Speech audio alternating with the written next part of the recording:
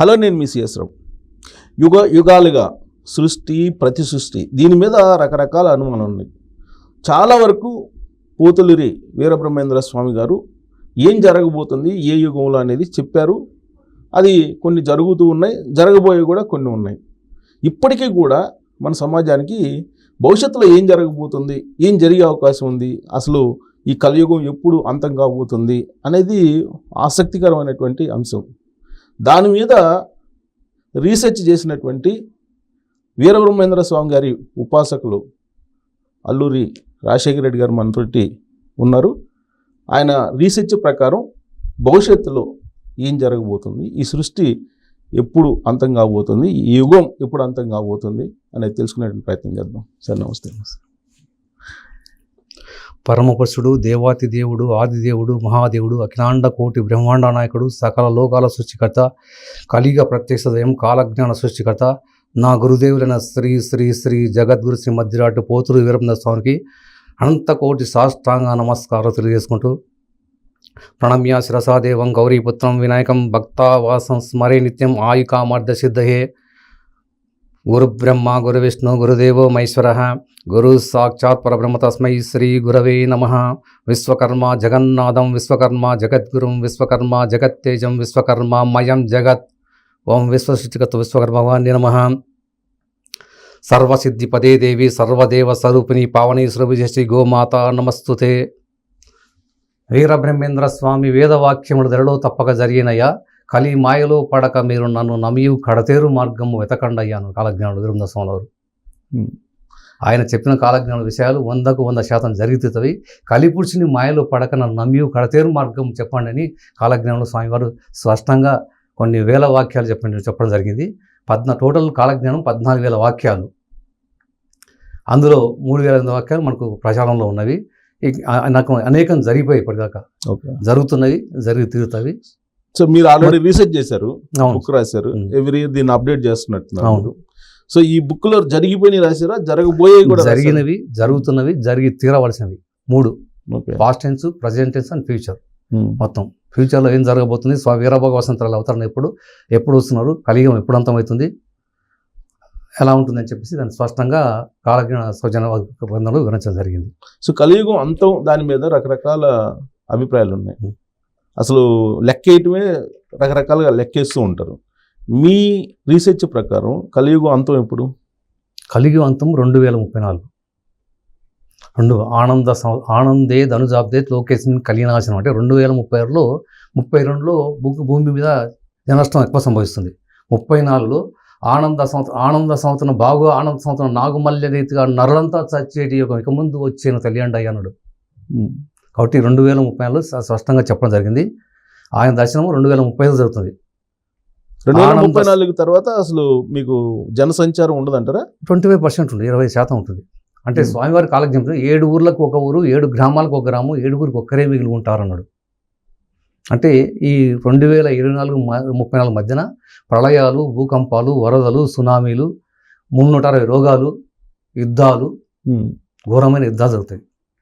కాలజ్ఞానంలో ఒక విషయం స్పష్టంగా చెప్పిన అంటే పెదకొమెర్ల గ్రామవాసులకు కాలజ్ఞానం బోధిస్తూ ప్రభవ పార్థివ మధ్యే బహుప్రళయం నిశ్చయం అనంతరే ఆనంద మధ్యే రక్తపాతౌ రణరంగౌ భూమౌ బీభత్సం ప్రపంచ స్థితి అన్నాడు. ప్రభావనామ సంవత్సరం 1970 వచ్చింది, పార్థివనామ సంవత్సరం 2005 వచ్చింది. ఈ రెండింటి మధ్య 2 నెలల సునామీ వచ్చింది. 2004 సునామీ వచ్చింది.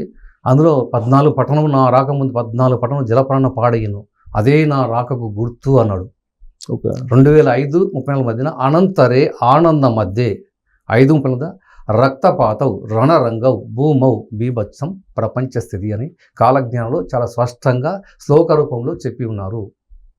సో అంత నేను రీసెర్చ్ చేశాను కాబట్టి, ఆ పరిశోధన ఉన్నాం కాబట్టి, స్వామివారి ఉపాసన కాబట్టి నాకు స్పష్టంగా వివరణ తెలిసిందన్నమాట. ఓకే, అంటే మీకు ఎలా ఆయన శ్రీ మద్లూరి వీరబ్రహ్మేంద్ర స్వామి గారు చెప్పినటువంటి దాని మీద రీసెర్చ్ చేస్తున్నారా, లేదంటే మీకు వీరబ్రహ్మేంద్ర స్వామి గారి ఉపాసకులు కాబట్టి ప్రత్యేకంగా మీకేమైనా సందేశం ఇస్తారు ఆయన. సందేశం సార్, స్వామివారి నిత్య ఉపాసకుని కాబట్టి నాకు జరగబోయేది స్వామివారు ఏమి జరుగుతుంది అని ఆలోచించినప్పుడు అది మనకు టీవీలో కానీ పేపర్లో కానీ రావడము, నేను చూడడము, స్వామివారి దానికి నిదర్శనాలు గోచరించడము, ఇది దీనికి నిదర్శనం. నా భక్తులైన వారికి ఎప్పటికప్పుడు నిదర్శనాలు గోచరించేను అన్నాడు. ఆ విధంగా స్వామివారు చెప్పిన జరుగుతున్నప్పుడు అవి నేను నోట్ చేసుకొని గ్రంథం రాయడం జరిగింది అనమాట. సో ఇప్పుడు స్టార్ట్ అయింది అంటారు, కలియుగ అంతం స్టార్ట్ అయిందా? కలియుగ అంతం స్టార్ట్ అయింది 2024 క్రోధినామ సంవత్సరం మొదలుకొని ఉత్పాతాలు పెరిగిపోయినాడు. మీరు రీసెంట్గా చూసి ఉంటారు, దుబాయ్లో 1.5 సంవత్సరాలు పడాల్సిన వర్షము 1 గంటలే పడ్డది. అసలు దుబాయ్లో వర్షాలు పడవు, 1.5 గంటలే పడ్డది. అంటే అది ఎంత వర్షం బీభత్సం వస్తుంది. 144 సెంటీమీటర్ల వర్షపాతం నమోదైంది. అలాగే బెంగళూరులో కూడా జరిగింది. మొన్న వయనాడులో జరిగింది కూడా అదే, మన కేరళ వయనాడులో దాదాపు అంటే కొండ చర్యలు విరిగిపడి అనేకులు సమస్యపోయారు, లక్షలాది గుండ్లు దొరికి అనేకులు సమస్యపోయారు అన్న కాలజ్ఞానులు. అలాగే న్యూపు గిన్యాలో 2000 మంది చనిపోయారు. మొత్తం కొండ చర్యలు ఊరు గ్రామం బురదలో చిక్కుని చనిపోయారు 2000 మంది. సో వీరభోగ వసంతరాయలు పుడతారు అని చెప్పి చెప్తుంటారు. అప్పుడే ఇక నా కలియుగ అంతం అని చెప్పి అంటే వీరభోగ వసంతాలు పుట్టినప్పుడు ఆ కలియుగ అంతం కాదు, కలియుగ అంతం కానీ కలికి అవతారం లేదంటూ అవతరించింది స్వామివారు. అంగీరసే మధుమాసే నవమ్యం శుక్లపచ్చే భానువారే ఛాయమర్థం వీరభోజ సముద్వం అన్నాడు. అంగీరస నామ సంవత్సరంలో వీరభోగ వసంతరాయలు అవతరణ జరిగింది. ఇప్పుడు వీరభోగ వసంతరాయలు గారు ఉన్నారు. ఆయన అవతరించి దుష్ట శిక్షణ ప్రారంభించి ప్రళయాలు సృష్టిస్తున్నాడు. దుష్ట శక్తుల్ని సృష్టించి పంపిన దుర్మార్గం చంపండి నమ్మండయ్యా, ధర్మాన్ని కాపాడ ధర్మమే రక్షించి భక్తితో నా మాట నమ్మండయ్యా అంటున్నాడు. కాబట్టి ఆయన ఈ విధంగా ప్రళయాలు సృష్టిస్తున్నాడు. ఎందుకంటే ఎప్పుడైతే ఆయన అనేక సార్లు నేను 5000 సంవత్సరాల తర్వాత ఈ భూమి మీద అవతరిస్తానని చెప్పడం జరిగింది. ఆ విధంగానే స్వామివారు అవతరించి ప్రళయాలు సృష్టించి దుష్ట శిక్షణ ప్రారంభించి సృష్టిస్తున్నమాట. ఇప్పుడు 360 రోగాలు అదే అనమాట. కొత్త రోగాలు వస్తాయి. 360 రోగాలు వస్తున్నాడు. రాచపుండ్లు, పెడతలి పుండ్లు, రొమ్మున గండమాళ పుండ్లు, ఈ 6 వ్యాధి రూపాల చేతన శస్త్రం చెప్పిండు. అంటే మన శరీరం మొత్తం బొబ్బలు. ఇప్పుడు మంకీ వైరస్ అనేది ఇదే అనమాట. స్వామివారు చెప్పారు ఎంపాక్స్, అదే మంకీ వైరస్. అంటే షార్ట్ కట్లో ఎంపాక్స్ అంటుడు, మంకీ పాక్స్. స్వామివారు అదే కాలజ్ఞంలో చాలా స్పష్టంగా పెడతలి రాచపుండ్లు, నడినెత్తిన పుండ్లు, ముఖమున పుండ్లు, శరీరం అంతా బొబ్బలు వచ్చి నడినెత్తి ఒక్కలే శస్త్రం చెప్పిన కాలజ్ఞంలో. అది జరగబోతా ఉంది త్వరలో. అంటే ఇవన్నీ వైరస్లు ప్రతి సంవత్సరం కొత్త వైరస్లు వస్తాయి. సో దానికి కలియుగ అంతానికి కొన్ని సంకేతాలు బలంగా కనిపిస్తాయి. అంటే నా రాకకు ముందు, అంటే ఆయన చెప్పిన నా రాకముందు ఏం జరుగుతాయి కూడా స్పష్టంగా చెప్పడం జరిగింది. నా రాకముందు 2004 వచ్చిన సునామీ, నా రాకముందు 14 పట్టణంలో జల ప్రవాహం పడిన, నా రాకము అదే గుర్తు అన్నాడు. నా రాకముందు భూమిపై మంటలు ఎగిసేను అన్నాడు. అనేక సార్లు మంటలు కార్చిచ్చు జరగడము, వేలాది ఎకరాలు పనిపోవడం జరిగింది. అగ్నిపర్వతాలు బద్దలైతని చెప్పాడు. అనేక సార్లు జరగడం జరిగింది. అంటే 2 తల వారు, అరికాలన కన్నులున్నవారు, ఇలాంటి వారు కూడా పుడతారు నా రాకముందని చెప్పినమాట. సో వింతలు విశేషాలు అన్ని కాలజ్ఞానం ప్రతి ఇది కూడా చాలా స్పష్టంగా చెప్పారు స్వామివారు. సో తిరుమల తిరుపతి దేవస్థానం గురించి కూడా చెప్పారు. అవును, కొన్ని రోజుల పాటు అసలు అక్కడ జనసంచారమే ఉండదు. జనసంచారం అంటే మనకు కరోనా వైరస్ కారణంగా చూసినట్లయితే మనకు దాదాపు 80 రోజులు తిరుమలకు వెళ్ళే మార్గాలు కట్టుబడేను అన్నాడు. దాదాపు 80 రోజులు తిరుమలకు వైరస్ కారణంగా అక్కడి నుండి ఎవరిని అలౌ చేయలేదు. అంటే లక్షల మంది రోజు అక్కడ దర్శించుకుంటే వైరస్ ఇంకా ఎక్కువైతుందని చెప్పేసి కరోనా కారణంగా అక్కడ వెళ్లకుండా తిరుమలకు వెళ్ళే మార్గాలు క్లోజ్ చేసిండు. అంటే బస్సులు, కార్లు ఎక్కడ బయటకు వెళ్ళకుండా క్లోజ్ అయింది.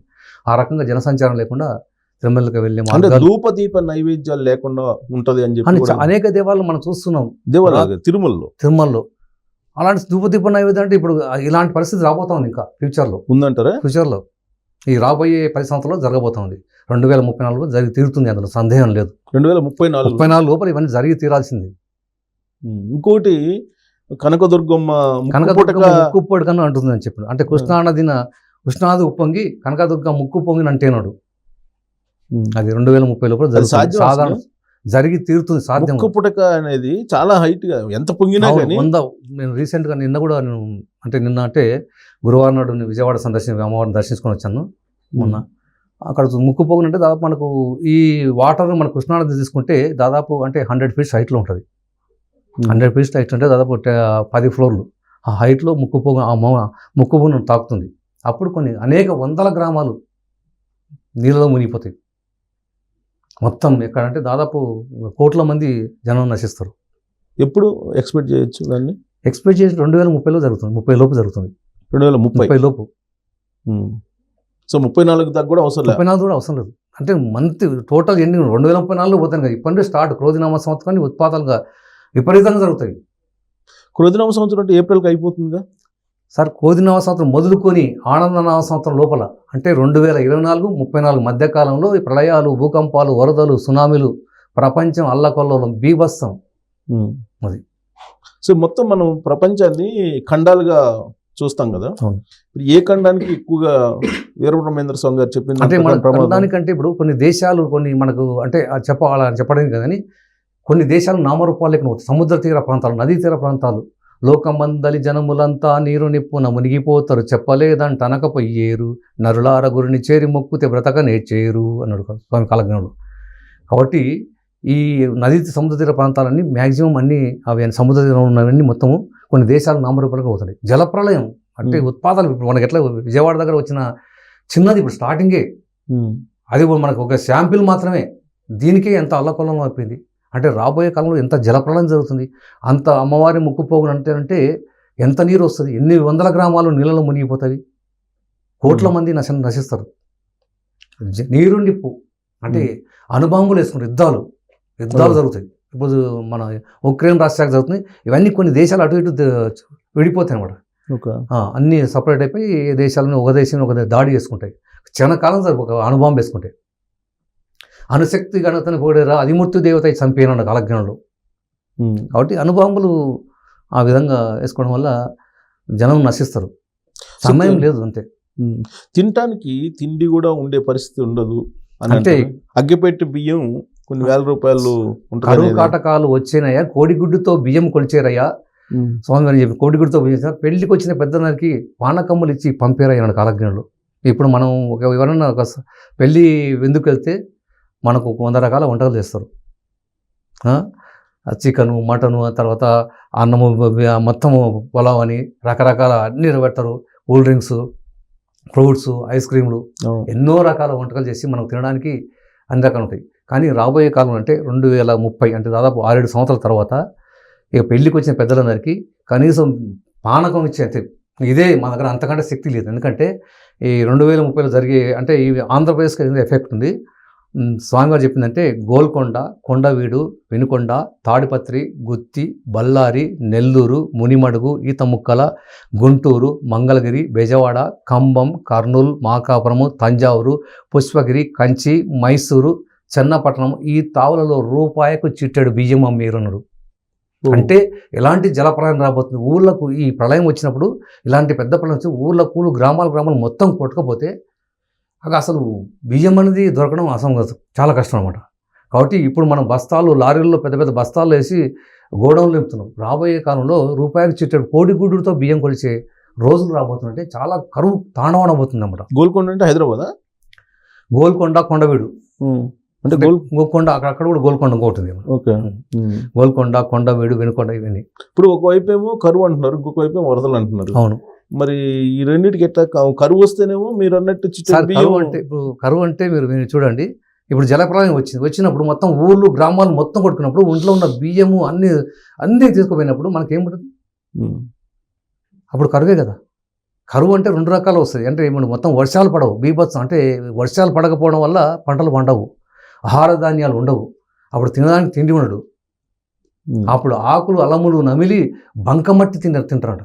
ఆకలి తట్టుకోవాలి, ఆకలి బంకమడతారు. అసలు ఇంకోటి ఏంటంటే సైన్స్ ప్రకారం ఇప్పుడు వస్తున్న డేటా ప్రకారం ఇప్పుడు చైనా కూడా లేటెస్ట్గా ప్రకటించింది, పిల్లలను పుట్టించండి, మీరు తొందరగా పెళ్లిళ్ళు చేసుకోండి. ఇంతకుముందు రిస్ట్రిక్షన్స్ ఉన్నాయి అమెరికా. అలాగే రష్యా ఒక 10 లక్షల జనసంఖ్య తగ్గిపోతుంది అక్కడ. జనసంఖ్య చైనాలో చాలా తగ్గింది ఇప్పటికీ. వాళ్ళ జనసంఖ్య పెంచుకోవడం కోసం అట్లా చెప్తున్నమాట. ఏదైనా ఇప్పుడు ఇంకా జనాభా పెరగడం అనేది అసంభవం. అవునా? 700 కోట్ల భూములో పొట్టు పోయి గట్టి నిలిచినాడు. ప్రపంచ జనాభా 790 కోట్లు. ఐక్యరాజ్యసమితి చెప్తుంది ఏంటంటే 800 కోట్లు దాటిందంట. 2011 వాళ్ళు లెక్కలు వేసి జనాభా లెక్కలు జరిగాయి. అప్పటి నుండి 2011 ఇప్పటి వరకు జనాభా లెక్కలు చేయలేదు. వాళ్ళు అప్రాక్సిమేట్లీ 200 కోట్లు అని చెప్తారు. కానీ ఇక్కడ కాలజ్ఞానం చెప్పుడే 700 కోట్ల భూమిలో పొట్టు పోయి గట్టు నిలిచినాడు. అంటే ధర్మానికి విరుద్ధంగా, ధర్మానికి వ్యతిరేకంగా ఉన్న వాళ్ళు, అక్రమాలు, అన్యాయాలు, మోసాలు, రకరకాలుగా ధర్మానికి విరుద్ధంగా ఉన్న వాళ్ళని కూడా పొట్టుపోయి గట్టించాలి. అంటే భక్తిపరంగా ఆధ్యాత్మిక వారికి ఉంటారు, ధర్మానికి విరుద్ధంగా ఉన్నవారు మట్టిలో కలిసిపోతారని కాలజ్ఞానం చెప్తుంది. అంటే ఇప్పుడు కారణం ఏంటి జనం నశించిపోవడానికి కారణం? పిల్లలు పుట్టకపోవడానికి, పిల్లలు పుట్టనేటువంటి పరిస్థితి ఎందుకు వస్తుంది అంటారు? టెక్నాలజీ పెరిగిపోయింది. ఇప్పుడు సైన్స్ ఇప్పుడు చూస్తున్నాం మనకు వచ్చిన తర్వాత, స్మార్ట్ ఫోన్లు వచ్చిన తర్వాత అందరూ ఎక్కువగా స్మార్ట్ ఫోన్లు చూస్తూ, అంటే దీని మీద దానివల్ల చాలా ఎఫెక్ట్ అవుతుంది అనమాట. చాలామంది సంతానం కూడా లేకుండా పోతుంది. అంటే జనాభా తగ్గాలి కాబట్టి ఆ రకంగా సంతానం కూడా కలగడానికి కారణం అవుతుంది. అంటే మరణాల సంఖ్య పెరిగి మరణాల జనసంఖ్య జనాలు తగ్గి, బ్రహ్మదేవుని సృష్టించే పని తగ్గిపోతుంది. యమధర్మరాజుకి పని భారం అవుతుంది అని చెప్పాడు. యమునికి పరభారం అయితే ఎక్కువ అధిక చావులు జరుగుతుందన్నమాట. చనిపోయే సంఖ్య పెరుగుతున్నాం రోజు రోజుగా. అంటే ఎముడు శివ తాండవం వాడుతున్నాం ఖచ్చితంగా. ఎప్పుడు ఇది మొత్తం 34 లోపల జరిగిపోవాలి. 34 లోపల 75% పోతుంది. దాదాపు ఇప్పుడు 790 కోట్ల జనాభా మనం అప్రాక్సిమేట్లీ చూసుకుంటే, ఆ 790 కోట్లో 6 భాగాలు నశిస్తారు.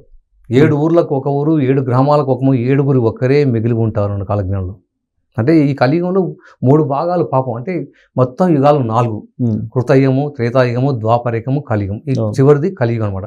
అంటే 3 భాగం, ఒక్కొక్క భాగము ఒక్కొక్క యుగం అయిపోగానే ఒక భాగం భూమిలో మునిపోవడం జరిగింది. 3 భాగాలు అయిపోయింది, 3 యుగాలు అయిపోయింది, 3 భాగాలు భూమి నీళ్ళు ఉన్నాయి, ఒక భాగం మాత్రమే యుగాలు లెక్కన వస్తుందంటారా భూభాగం? ఇప్పుడు 4 యుగాలకు సంబంధించి 4 యుగ ధర్మాలు ఉన్నాయి. 4 యుగాలు: కృతయుగము, త్రేతాయుగము, ద్వాపరయుగం, కలియుగము. కృతయుగ ప్రమాణం వచ్చేసి 17,28,028,000. త్రేతాయుగం వచ్చేసి 12,96,000. ద్వాపరయుగం వచ్చి కాల ప్రమాణం వచ్చి 8,64,000 సంవత్సరాలు. కలియుగ ప్రమాణం 4,32,000 సంవత్సరాలు. ఈ మొత్తము 4 యుగాలు కలిపి 42,20,000. అంటే ఇది మహాయుగం. ఇలాంటి యుగాలు 71 గడిస్తే ఒక మన్వంతరము. మన్వంతరం అంటే ఇప్పుడు ఈ మన్వంతరంలో మనకు పురాణంలో 14 మన్వంతరాలు చెప్పారు.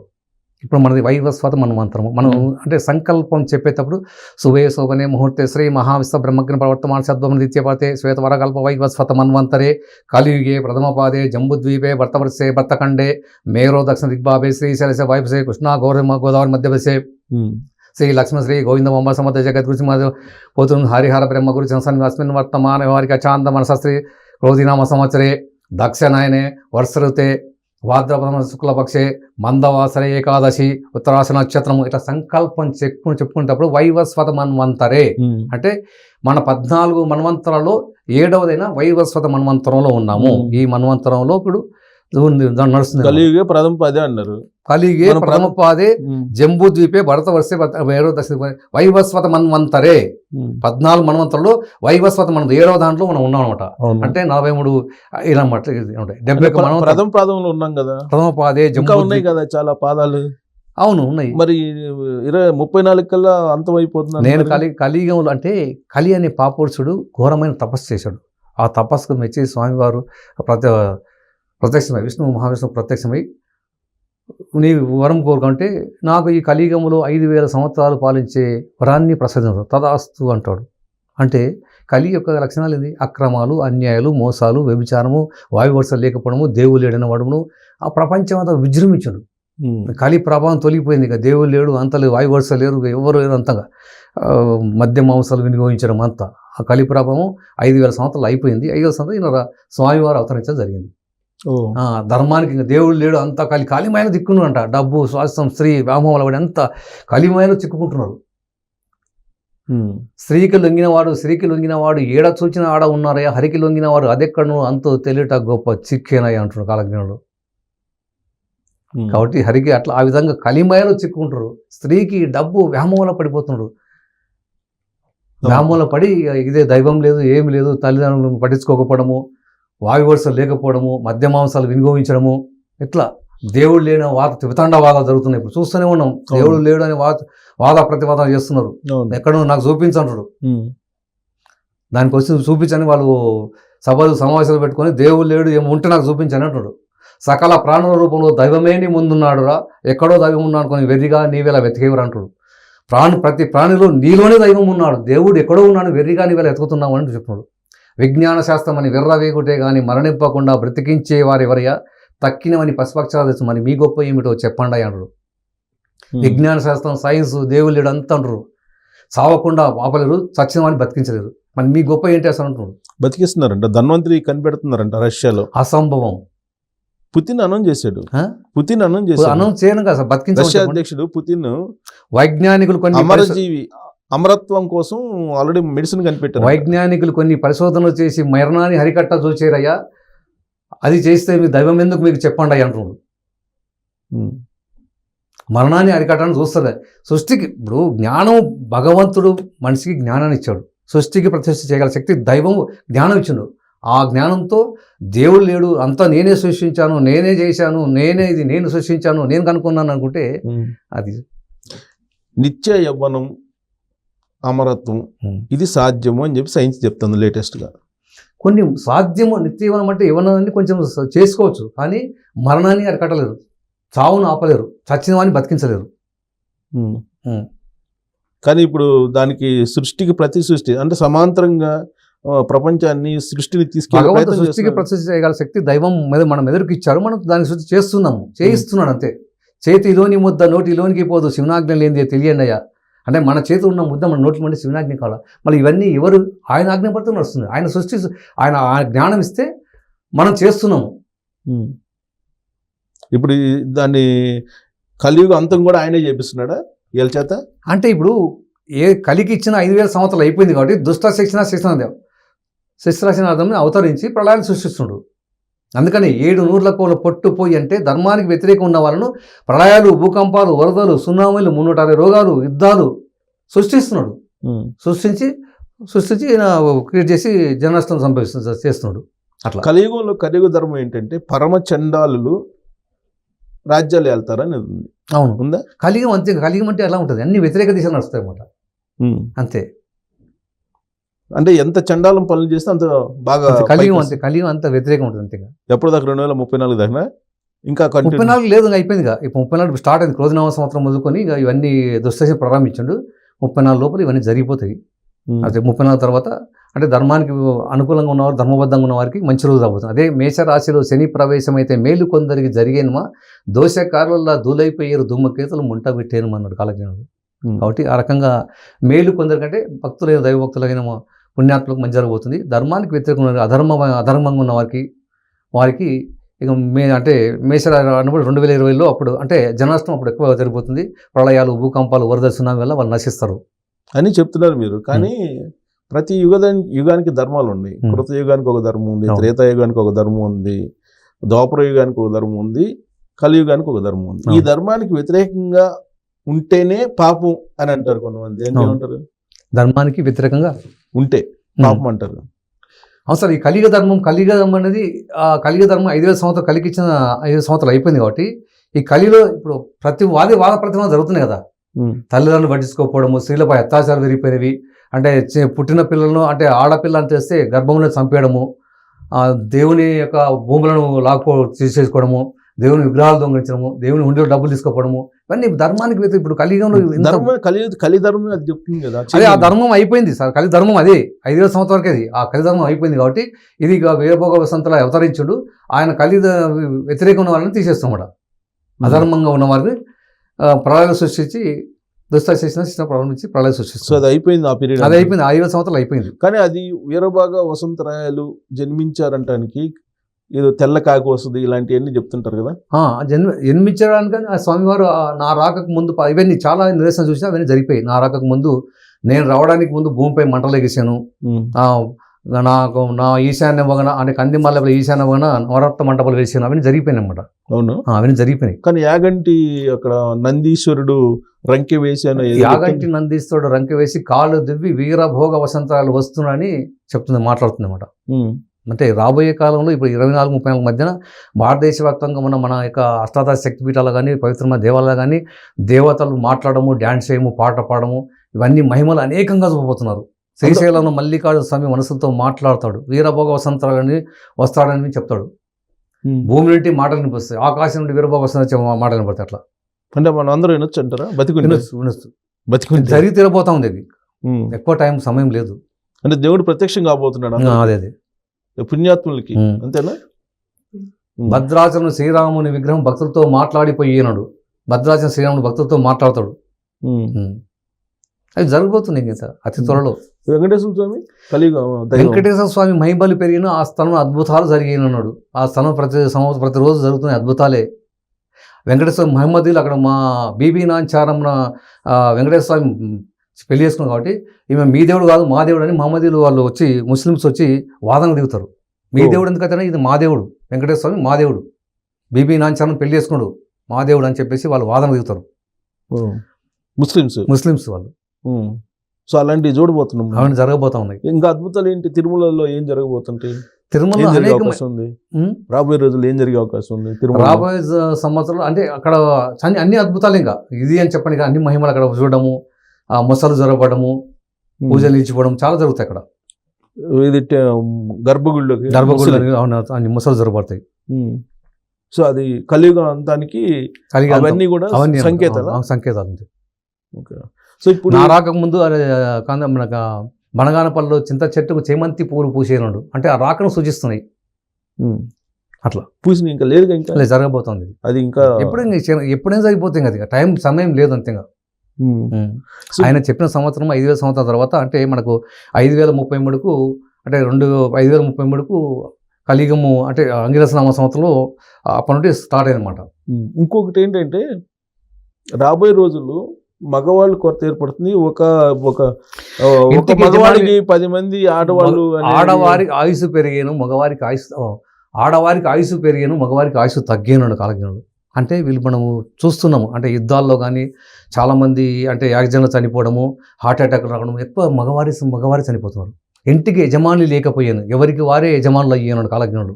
చాలామంది చూస్తే ఎంతోమంది లెక్కలు చూస్తే ఎక్కడ చూసినా వితంతువులు చాలా ఉన్నారు. ఇంటికి యజమానులు లేకుండా చనిపోయే వాళ్ళు ఎక్కువ మగవారే ఉన్నారు. వాళ్ళకి ఆయుష్ తక్కువ, మగవారికి ఆడవారికి ఆయుష్ ఎక్కువ.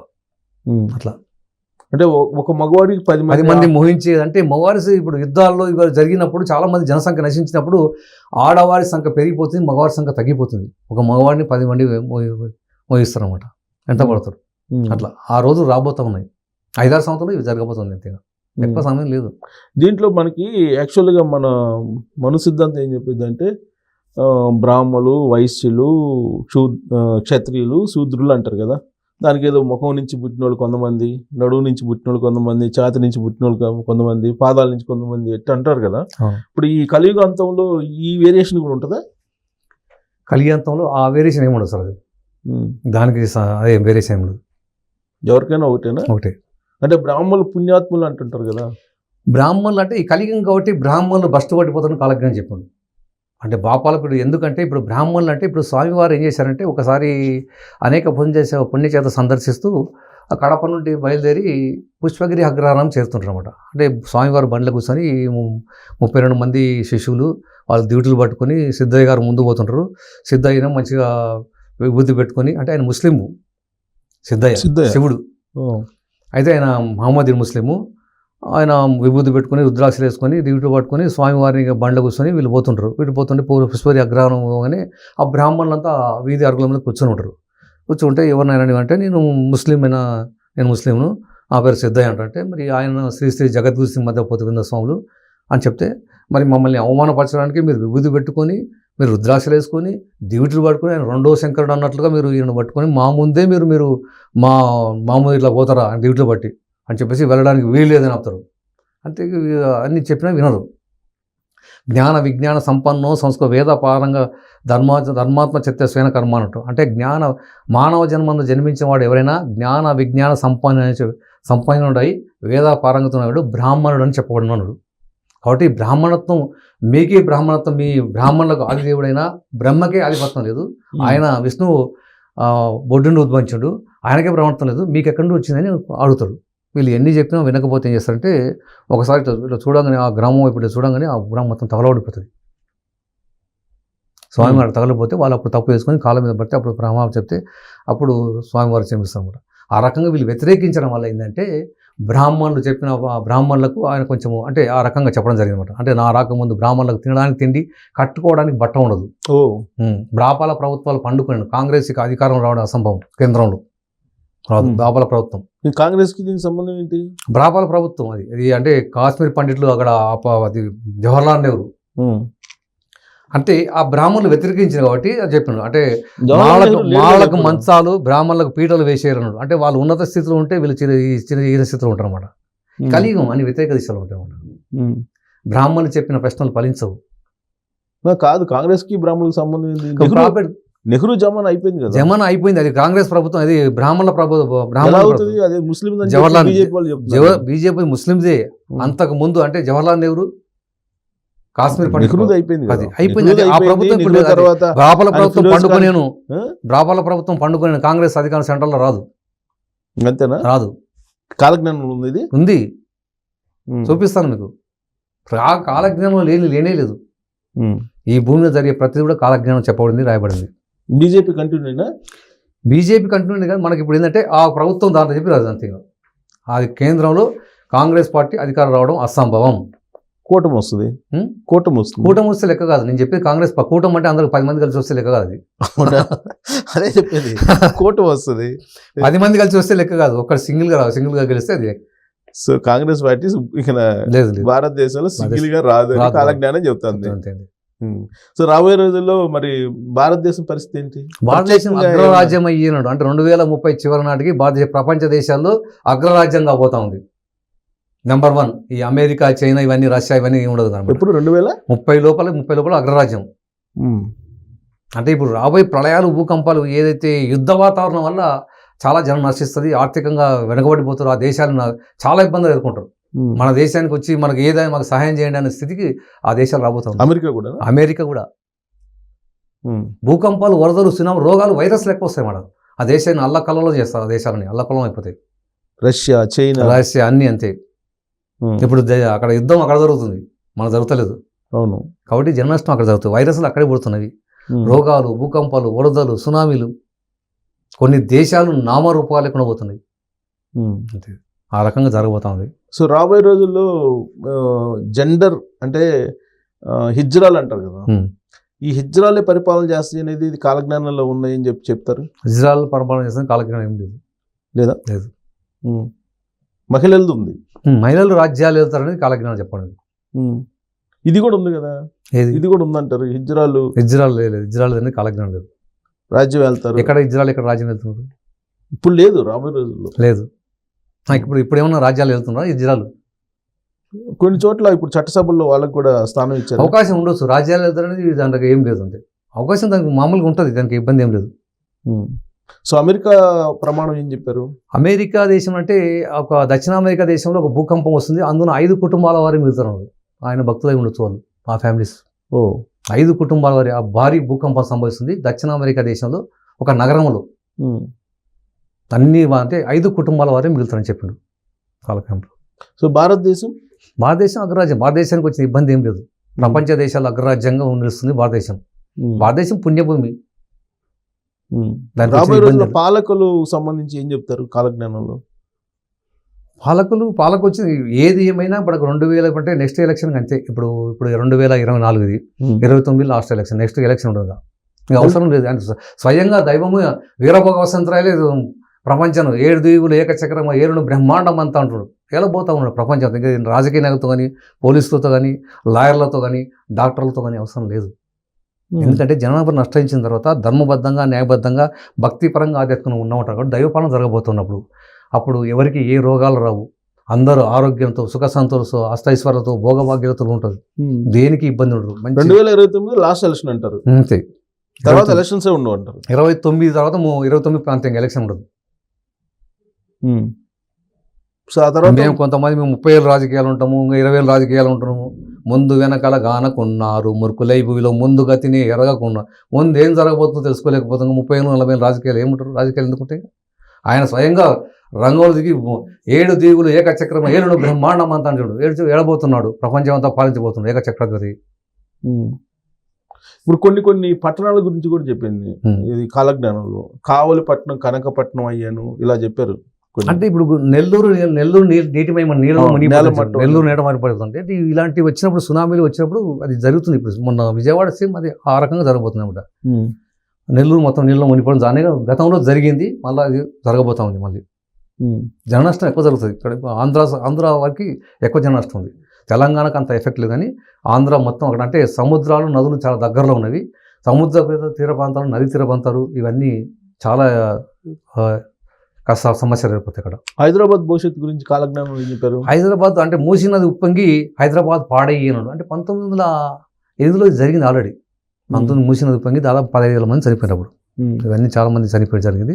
మళ్ళీ కూడా ఉంది అంటే మూసీ నది ఎఫెక్ట్ కొంత ఉంటుంది, చాలా ఎఫెక్ట్. అదే నది తీర, నేను చెప్తాను, నది తీర ప్రాంతాలు, సముద్ర తీర ప్రాంతాలు ఇవన్నీ జలమయం అవుతుంది. రెండే ఎక్కువ జనాభా అంటే వైరస్లు, జలప్రళయము, భూకంపాలు, వరదలు, ఈ మొత్తం అణుబాంబుల వల్ల అంటే లోకమందలి జనములంతా నీరు నిప్పు రెండు ఎక్కువ చెప్పినమాట. జనం దానివల్ల ఎక్కువ నశిస్తారు.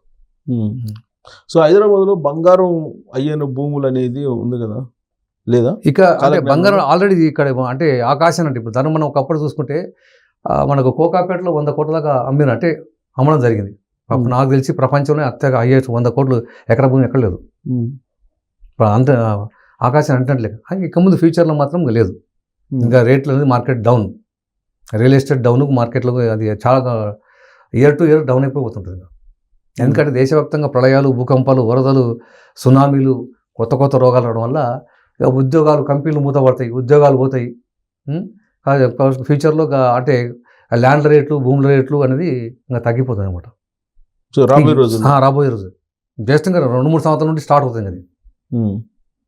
కానీ ఉద్యోగ అవకాశాలు తగ్గుతాయని మీరు అంటున్నారు, కానీ ఆర్టిఫిషియల్ ఇంటెలిజెన్స్ వచ్చింది, ఒక పెద్ద ప్రపంచాన్ని సృష్టించబోతుంది, వేలాది లక్షలాది ఉద్యోగాలు వస్తాయని చెప్తున్నారు. ఉద్యోగాలు రావడం కష్టం. ఉద్యోగాలకి ఇప్పుడు మనిషి బతకడమే చాలా కష్టం. ఎప్పుడు ఏం జరగబోతుందో, ఏ ప్రళయం జరగబోతుందో, ఎక్కడ భూకంపం వస్తుందో, ఎక్కడ వరదలు వస్తుందో, ఏ వైరస్ ఎక్కడ ఏ దేశాన్ని విజృంభిస్తుందో అర్థం కాని పరిస్థితి ఉంది. ఉద్యోగాలు ఎట్లా వస్తాయి? జనం భయంతో బతుకుతారు. మనకు కరోనా వచ్చినప్పుడు ఏమైంది? అన్నీ మొత్తం ఎక్కడ వచ్చినా లాక్డౌన్ ప్రకటించారు. అంటే బయటికి వెళ్ళకుండా అయిపోయింది. అంటే అప్పుడు మొత్తం అనేక మూతపడి ఇంట్లోనే ఉన్నాం, బయటికి కూడా వెళ్ళదు. జస్ట్ రోజుకు 1 గంట మాత్రం టైం ఇచ్చేవారు, బయటికి వెళ్ళి నిత్యావసర వస్తువులు తీసుకోవాలి, మళ్ళీ లోపలికి వచ్చేసారు. అంటే అలాంటి వైరస్ వచ్చింది అనుకో, ఎక్కడ ఉద్యోగాలు చేసి ఎక్కడ పోతారు? జనం బయటికి వెళ్ళడానికి వీలు లేకుండా పోతుంది. సో రాబోయే రోజుల్లో ఉద్యోగాలు కూడా ఉండవు. ఉద్యోగాలు అన్ని రకాలుగా మనిషి జీవనం మనిషే చాలా కష్టం ఉంది. మనుషులు చాలా జనసంఖ్య చాలా తగ్గిపోతుంది. జనసంఖ్య విపరీతమైన ఒకప్పుడు కాలకేంద్రం రాసినప్పుడు జనసంఖ్య 50 కోట్లు ప్రపంచ జనాభా, ఇప్పుడు 790 దాకా వచ్చేసింది. మళ్ళీ అది అంటే 2034 చివరి నాటికి అంటే 7 ఊళ్ళకు ఒక ఊరు, 7 గ్రామాలకు ఒక గ్రామం ఉన్నప్పుడు దాదాపు అంటే 600 కోట్ల జనాభా పైన నశిస్తారు. అంటే మా అప్రాక్సిమేట్లీ మనం 7 భాగాలు చేసినప్పుడు 110-120 కోట్లు మాట ప్రపంచ జనాభా 2035లో. కానీ ఐక్యరాజ్య సమితి ఏం చెప్తుంది? 111 కోట్లు 2050 నాటికి అంటుంది. అంటే వాళ్ళకి తెలియదు, ఐడియా లేదు దానికి. ఇవి జరగబోతాయి, ఇవి రాబోతుంది, వాళ్ళకి అంచనా వేయలేకపోతున్నారు, తెలియదు. ఇప్పుడిప్పుడే శాస్త్రవేత్తలు రాబోయే కాలంలో విపరీతం జరగబోతున్నాయి, ఇవి చాలా గ్రహశకాలు భూమి ఢీకొనబోతున్నాయి, ఇప్పుడు అంచనా వేస్తున్నారు. కానీ స్వామివారు ఎప్పుడో చెప్పారు కదా, ఆయన సృష్టిస్తున్నారు. ఆయన చెప్పడం అంటే ఆయన రాసి నేనే నా మహిమ తెలియని ద్రోహి మందలు చీమల పుట్టలు చెదల పుట్టలు మడిసినట్టు మడిసేరన్నాడు. ఆయన సృష్టిస్తున్నాడు. అట్లా సృష్టి రాసి మహిమతో కొంతమంది ఏమనుకుంటున్నారు, అభిరామం గారు ఊహించమను, రేపేం జరుగుతుందో ఊహించుండు, అవి జరుగుతావా? జరిగినోడు చూద్దాంలే. ఇప్పుడు రేపేం జరుగుతుందో ఊహించమను నాస్తికులు చెప్తున్నారు. సభలు సమాచారం పెట్టుకొని ఆ దేవుడు బ్రహ్మం గారు దేవుడా? మరి దేవుడు ఎవరు? కళ్ళకు కట్టినట్టు మన కళ్ళ ముందు ఆయన చెప్పిన అక్షరసంగా జరుగుతున్నది. దేవుడే లేదంటే చెప్పారయ్యా, లోకాలకు ఎట్లు వచ్చారు, చెట్టు మొదలు లేకుండా పూలు కాయల పండు అవి ఎట్లా వచ్చినా చెప్పండి అయ్యా. చెట్టు అనేది ఒకటి ఉంటే పూలు కాయల పండు వస్తాయి, చెట్టు లేకుండా ఉంటే ఎలా వస్తాయి? వస్తాయి రావు కదా. దేవుడు ఉన్న కాబట్టి సృష్టి ఉంది. 84 కోట్ల జీవరాశులు, పంచభూతాలు, నవగ్రహాలు, నదులు సృష్టించాడు. సృష్టినే తప్పుపడుతున్నావు అంటే అది కలియుగం అంతే. కలియుగం అంటే కలి మాయలో చిక్కున్న దేవుడు లేడంటున్నారు. అట్లా ఇప్పుడు ఇంకొక అంశం ఏంటంటే, దేవుడు నాకు చూపించు, నీలోనే దైవం ఉన్నాడు, సకల ప్రాణులు దైవమే నీ ముందు ఉన్నాడు, ఎక్కడో దైవం ఉన్నాడు అనుకోండి చూపించమంటే చూసుకోలేకపోతాం, జ్ఞానం లేదు. ఎద్దుకైనా ఏడాది తెలిపిన మనసు నడుచుకోండి చెప్పినాడు. ఏడాది చెప్తే ఎద్దైనా మనం చెప్పిన నడుచుకొని చేద్దానికి పడుతుంది. 30 ఏళ్ళు చెప్పినా మూర్ఖుడు తెలుసుకోలేడు. అలాంటి మూర్ఖులకు ఏం చెప్పి దేవుడు లేడు అంటున్నాడు. ఎలక తెలుగు తెచ్చి ఏడాది ఉతికిన నలుపే కానీ తెలుపు కాదు అంటే దాన్ని ఏడాది సంవత్సరం ఉతికినా కానీ నలిపే కానీ తెలుపు. ఇలాంటి వాళ్ళకు దేవుడు ఉన్నాడు అని ఎన్ని నిరాశ చూపినా వాళ్ళు అంటే నాస్తికులు అంటే దేవుడు నమ్మని వాళ్ళకి ఎన్ని రుజువులు ఎన్ని ఆధారాలు చూపినా దేవుడు లేడంటారు. అందుకని వాళ్ళు నాస్తికులు. సో ఇంకోటి ఏంటంటే వెంపల చెట్లకి దూటీలు వేసే జనం వెంపటి వస్తారని నిచ్చెన వేసేవాడు పుట్టిన అంటే తరానికి పొట్టివాడుగా పుడతారని అంటే ఆల్రెడీ పుట్టడం జరిగింది. చిన్న చిన్న చాలా చిన్న ఏజ్ కూడా మనం పుట్టడం జరిగింది. చాలా చిన్న అంటే 10 అంగుళాలు 15 అంగుళాలు 20 అంగుళాలు అట్లా ఉన్నారు పుట్టడం జరిగింది. అవన్నీ జరిగినాయి. అంటే అంత చిన్న అంత చిన్న హైట్లో ఉన్న వాళ్ళు కూడా పుడతారని కాలకి చెప్తారు. అంటే ఇది చెప్పడం కాదు, రాసి నేనేందో నా మహిమ ఏందో చూడంటున్నాడు, రాసి చూపిస్తుండు, రాసి ఇది జరుగుతుంది, ఇది జరగబోతుంది. ఇట్లా కాలకి ఒక సినిమా తీసేటప్పుడు ఒక స్క్రిప్ట్ తయారు చేసుకొని ఇట్లా కథా స్టోరీ తయారు చేసుకొని ఒక సినిమా మనం రెడీ చేసుకుంటాం, నటీనటులను ఎంపిక చేసుకుంటాం. ఇలాగనే ఈ కలియుగంలో ఏం జరగాలి, ఆయన అవతరించిన తర్వాత ఇక్కడ నుండి ఇంతవరకు ఏం జరగాలి, మానవుడు ఎలా పుడతాడు, ఎలా ప్రవర్తిస్తాడు, ఎలా ఉంటాడు, ఎలా చేస్తాడు, ఈ ప్రళయాలు ఏంటి, భూకంపాలు ఎప్పుడు రావాలి, వైరస్లు ఏంటి, ఏ విధంగా నష్టం అనేది రాసి ఒక స్టోరీ రాసి 2030 ఎండ్ సినిమా 2030 ఎండ్ అయిపోతుంది. అట్లా కాబట్టి ఆ రకంగా ఆయన రాసి మహిమ చూపుతున్నాడు. ఆల్రెడీ సినిమా చాలా మంది తెలుసుకోలేకపోతున్నారు. ఏంది ఆయన ఊహిస్తే అవుతుందా, ఎవరికి సాధ్యం కాదు ఊహించడం. అంటే 400 సంవత్సరాల కింద ప్రపంచం రేపు ఏం జరుగుతుందో మనం ఊహించగలుగుతామా? సాయంత్రం గంట తర్వాత ఏం జరుగుతుందో ఊహించగలుగుతామా? ఊహించలేము. మహిళలకు సంబంధించి విపరీతమైన ధోరణుల గురించి కూడా దీనిలో కాలజ్ఞానాలు చెప్పారు కదా, ఏం చెప్పారు? మహిళలకు సంబంధించి విపరీతమైనటువంటి ఆలోచనలు వాళ్ళకి, అంటే మహిళలకు సంబంధించి మహిళలపై అత్యాచారం జరగడము, అన్ని రకం మహిళలు రాజ్యాలు వెళ్తారని చెప్పిండు. తర్వాత వీళ్ళకు అంటే కట్నం కోసం వేధింపు చేసి వాళ్ళని చంపేస్తారని అట్లా చెప్పిండు. సో వాయు వరుసలు లేకుండా చూస్తాం. కలియుగంలో అన్ని వాయు వరుసలు లేకుండా ప్రవర్తిస్తున్నారు. అంటే పురుషులకు గౌరవం లేకుండా చేస్తారు అనేది ఉందా కాలజ్ఞానంలో? పురుషులకి గౌరవం లేకుండా మహిళలు వ్యవహరిస్తారు అనేది ఉందా? పురుషులకు అంటే ఇప్పుడు అన్ని రకాలుగా వస్తాయి. మన స్త్రీలను ఏ రకంగా చూసినా కానీ ఆ రకంగా కనపడుతుంది మన ఆలోచిస్తే. సో ఇవన్నీ ఇప్పుడు కాలజ్ఞానంలో మొత్తం అన్ని పొందుపరిచారని చెప్తూ అంటున్నారు కదా. ఇప్పుడు కొన్ని మార్పులు భారతదేశంలో రాబోయేటువంటి రోజుల్లో ఏం జరుగుతాయి అని చెప్పి కాలజ్ఞానం రాస్తుంది. అంటే ఇప్పుడు ఢిల్లీ రాజధాని ఉంది. ఢిల్లీ రాజధాని అంటే ఉత్తరాది ప్రజలు దక్షిణాదిముఖంలో ఉత్తరాయణ మందు ఆనెగొందికి చేరవచ్చెదరనుడు. అంటే ఉత్తరాది ప్రజలు అంటే క్రోధినామ సంవత్సరం, అంటే ఇది మనకు 2024లో క్రోధినామ సంవత్సరము ఉగాది నుండి మొదలుకొని 2025 ఉగాది వరకు క్రోధినామ సంవత్సరం. ఉత్తరాయణం అంటే ఉత్తరాయణము దక్షిణం 2 ఉంటాయి సంవత్సరానికి. అంటే ఉత్తరాయణం అంటే జనవరి 15 నుండి జూలై 15 వరకు ఉత్తరాయణం పుణ్యకాలం. ఇది దక్షిణం అనేది జూలై 15 నుండి జనవరి 15 వరకు దక్షిణాయనం. ఇప్పుడు దక్షిణంలో ఉన్నాము. అందుకని నేను సంకల్పం చెప్పేటప్పుడు దక్షిణాయనం అని చెప్పాను. క్రోధినామ సంవత్సరం చెప్పడం సంకల్పం చెప్పాను, దానికోసం చెప్పడం జరిగింది. ఈ వైరస్ మనం అంతా దీని దక్షిణాయనంలో ఉన్నాం అనమాట. అంటే స్వామివారు ఉత్తరాధిపతి అంటే ఢిల్లీ వారు తరలి ఆనెగొందికి చేరవచ్చెదరనుడు. ఉత్తరాయణం మళ్ళీ ఎప్పుడు వస్తుంది అంటే 2024 25 మళ్ళీ జనవరి 15 నుండి ఉగాది వరకు. ఉగాది దాటాక మళ్ళీ కాదు, సంవత్సరం మారిపోతుంది. కాబట్టి ఉగాది లోపల క్రోధినామ ఢిల్లీ వారు తరలి ఆనెగొందికి అంటే కర్ణాటకలోని హంపి వద్దనున్న ఆనెగొందికి చేరుకుంటారు, అక్కడికి వస్తారు. ఇప్పుడు ఈ సంవత్సరం 24 క్రోధినామ సంవత్సరంలో జరుగుతుంది. అంటే మనకు ఇంగ్లీష్ సంవత్సరం అయితే 24 డిసెంబర్కి అయిపోతుంది. క్రోధినామ సంవత్సరం తెలుగు సంవత్సరం అయితే మనకు ఉగాది వరకు లెక్క.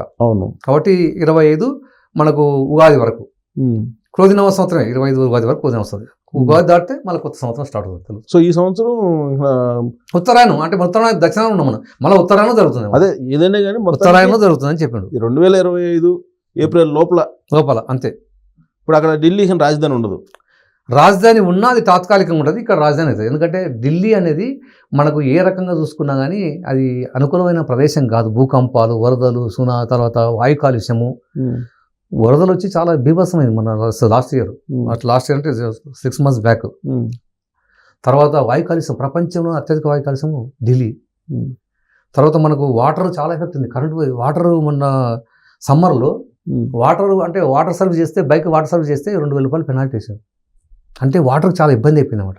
అన్ని రకాలుగా ఏ రకంగా చూసుకున్నా కానీ మనకు ఢిల్లీ అంత సురక్షితమైన రాజధాని కాదు. కానీ ఇప్పటికీ మరి ఎప్పటికో ఆలోచన చేసి సెకండ్ రాజధాని మనకు ఎక్కడో అనేది ఆలోచన చేయాలి. మరి ఎందుకు దీని మీద ఆలోచన చేయట్లేదు? ప్రపోజల్ ఉంది, ఎప్పుడుంటో ఉంది అంటారు కానీ దాని మీద సీరియస్ గా ప్రయత్నం చేయాలి. ఎప్పుడో చెప్పారు కాలజ్ఞానంలో. ఇప్పుడు కాలజ్ఞానం ఉంది, అది స్పష్టంగా చెప్తున్నాను కదా. ఉత్తరాయణ మందు 2000 క్రోధినామ సంవత్సరం ఉత్తరాయణ మందు ఢిల్లీ వారు తరలి ఆనెగొందికి చేరవచ్చేదని కాలజ్ఞానం చాలా స్పష్టంగా చెప్పబడింది.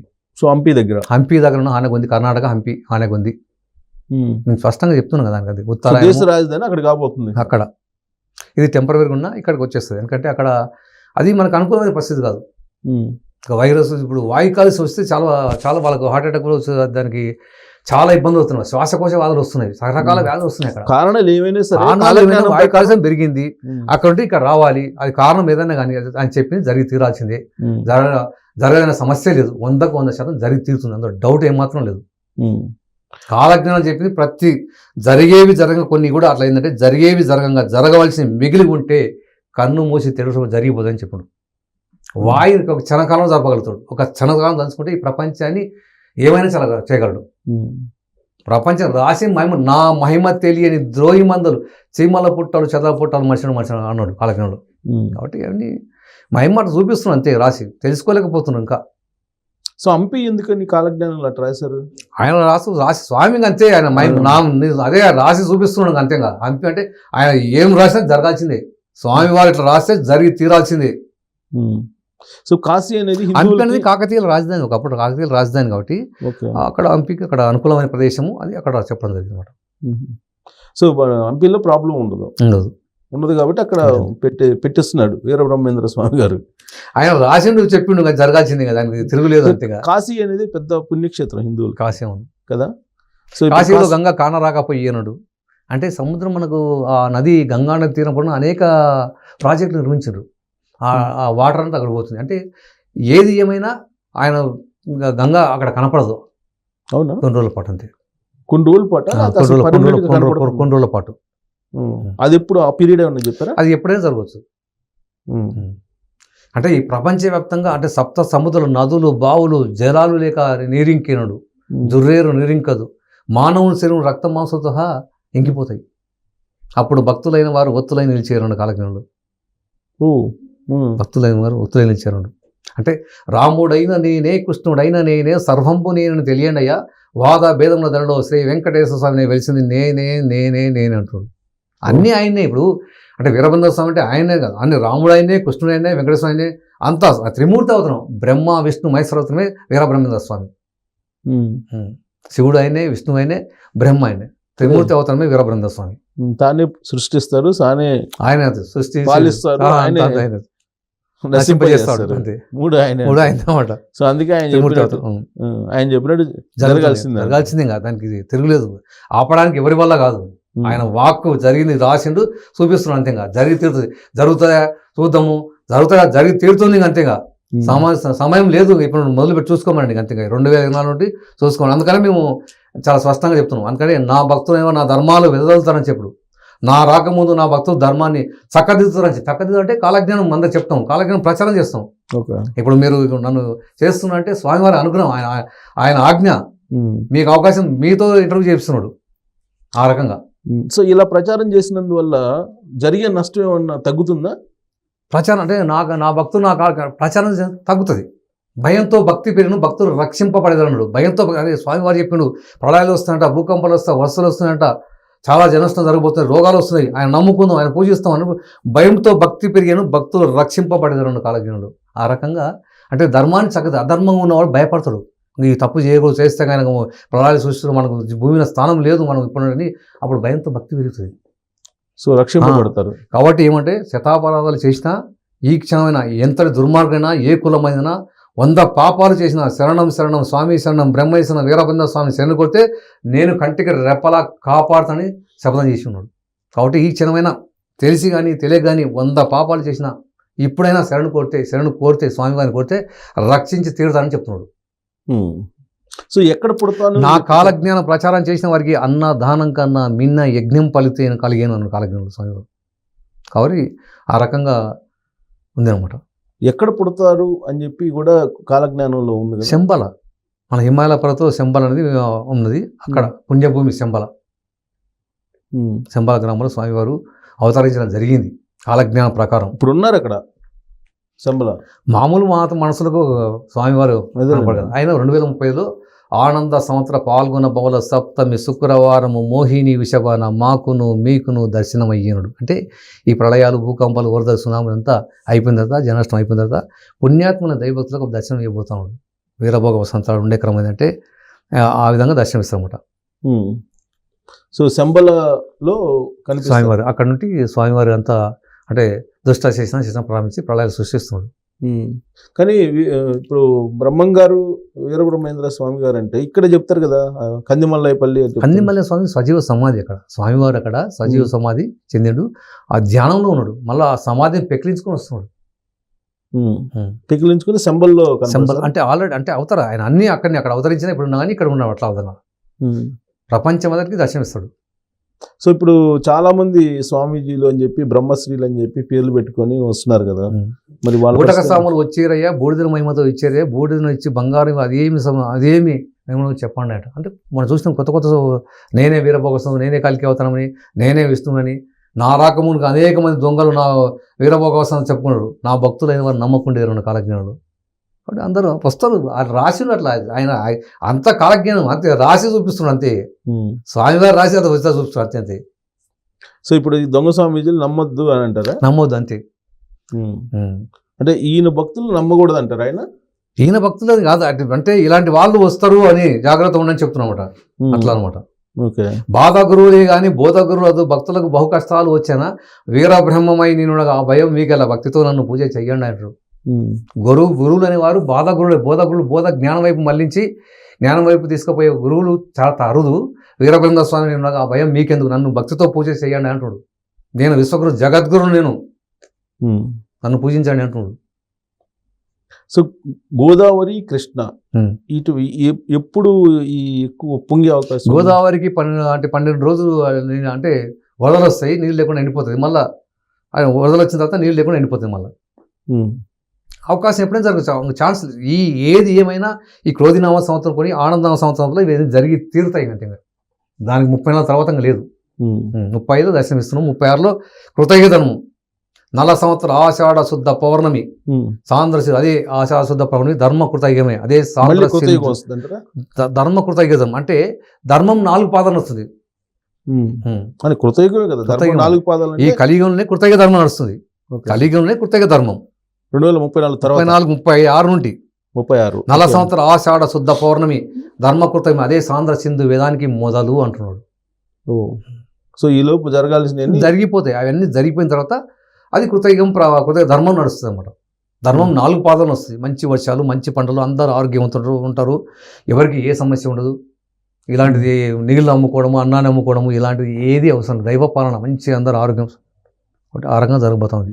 సో మనకి కాలజ్ఞానంలో ఒక్కొక్క టెంపుల్ గురించి ఒక్కొక్క ప్రాసెస్ అని చెప్పారు కదా. అవును, ఇప్పుడు శ్రీశైలం గురించి ఒకటి చెప్పారు. శ్రీశైలం మల్లికార్జున మనసుతో మాట్లాడుతున్నాడు, ఆ విగ్రహాలన్నీ ఆడి పాడి డాన్స్ చేయబోతున్నాయని చెప్పాడు. తర్వాత కంచి కామాక్ష కన్నీరు పెట్టాను అవి మాట్లాడతాను చెప్పాడు, ఆమె స్థనాల పాలు కడతాను చెప్పాడు. అట్లా ప్రతి కంచి కామాక్షమ్మ, అల్లంపూరు జోగులాంబ అంట కన్నీరు కారణం ఆమె స్తనాపాలను, జన్నవాడ కామాక్షమ్మ మనసుతో మాట్లాడిపోయాను అన్నాడు. ఇవన్నీ స్వామివారు చెప్పింది మనం స్పష్టంగా కాలజ్ఞానంలో చెప్పి ఉన్నారు. అవన్నీ జరిగి తిరగబోతున్నాయి. అంటే దేవతలు చాలామంది విగ్రహారాధన చేయకూడదు, విగ్రహాన పాపం అంటారు. విగ్రహాలు మాట్లాడుతున్నాయి, డ్యాన్స్ చేసి మహిమలు చూపిస్తున్నాయి, కానీ వాళ్ళకి తెలియక ఇవన్నీ. సో విగ్రహాలు ఆకాశము ఎర్రనవును 6 మతములు ఒకట, అన్ని మతాలు హిందూ ధర్మాన్ని సనాతన ధర్మాన్ని ఆచరిస్తాయి. ఇదే అక్కడిక్కడ తెచ్చిపోతే అక్కడ ఆకాశం ఎర్రనవును 6 మతములు ఒక్కటవును, లోకమందలి జనములంతా నీరు నిప్పున మునిగిపోయారు అన్నాడు కాలజ్ఞంలో. అప్పుడు తెలుసుకుంటారు, అదే స్వామివారి మహిమలు ప్రపంచవ్యాప్తంగా తెలిసిపోతాయి, అప్పుడు అసలైన దేవుడు ఈయన అని చెప్పేసి అందరూ సనాతన ధర్మాన్ని ఆచరిస్తారు. అసలు హిందూ మతం లేదంటారు కొంతమంది. ఎవరు లేరంటారు, తెలియక వాళ్ళు అజ్ఞానంలో ఉన్నారు, కలిగి మాయలో ఉన్నారు. ఉండేది 2 ఒకటి క్రిస్టియన్ మతం, రెండోది ఏమో అది కలిగి. వాళ్ళ చరిత్ర ఏంది, 2 సంవత్సరాల 2024 సంవత్సరాల చరిత్ర, యుగాల చరిత్ర సనాతన కలియుగం. గతంలో ఉంది, ఇప్పుడు ఉంది, రేపు ఎప్పుడు ఉంటుంది మరి సనాతన ధర్మం. మరి ఇప్పుడు వీళ్ళు లేదు అంటారు మనకి. అంటే ఇప్పుడు మనం ఉన్న దేవస్థానంలో అన్ని దేవాలయాల్లో దేవుళ్ళు మహిమల విగ్రహాలు మాట్లాడబోతున్నాయి, డ్యాన్స్ చేయబోతున్నాయి, యాగాంటి నంది సంతకంత పెరుగుతున్నాడు, మాట్లాడబోతున్నాడు. మళ్ళీ వాళ్ళ విగ్రహాలు మాట్లాడుతున్నాయి. చెప్పండి మరి, చూపించండి ఇక్కడ ఏం మాట. మనం కాలజ్ఞానంలో మనం ఏ టెంపుల్ ఏ యొక్క మహిమలు చూపించబోతున్నాం ముందుగానే చెప్తున్నాం. కలియుగం వీరభోగ సందర్శనం ముందుగా డేట్ సంవత్సరం చెప్తున్నాం. వాళ్ళు చెప్పండి మరి, వాళ్ళు ఏం మహిమలు చెప్పండి, చూపించండి మరి. అసలు పూర్వ జన్మాలు మళ్ళీ పుట్టడం చావడం అనేది ఉండదు అని చెప్తున్నారు. ఉన్నాయి మరి, వచ్చే జన్మ కూడా, గత జన్మ ఈ జన్మ ఉన్నాయి, ఉన్న జన్మలు ఉన్నాయి అని సనాతన ధర్మం చెప్తుంది. అవును, కానీ వాళ్ళు చెప్పేది ఏంటంటే క్రిస్టియన్స్ కానీ వాళ్ళ ధర్మం కాదు, మన సనాతన ధర్మం మనది నుంచి అవ్వాలి, కానీ వాళ్ళ ధర్మం మనకు అవసరం లేదు.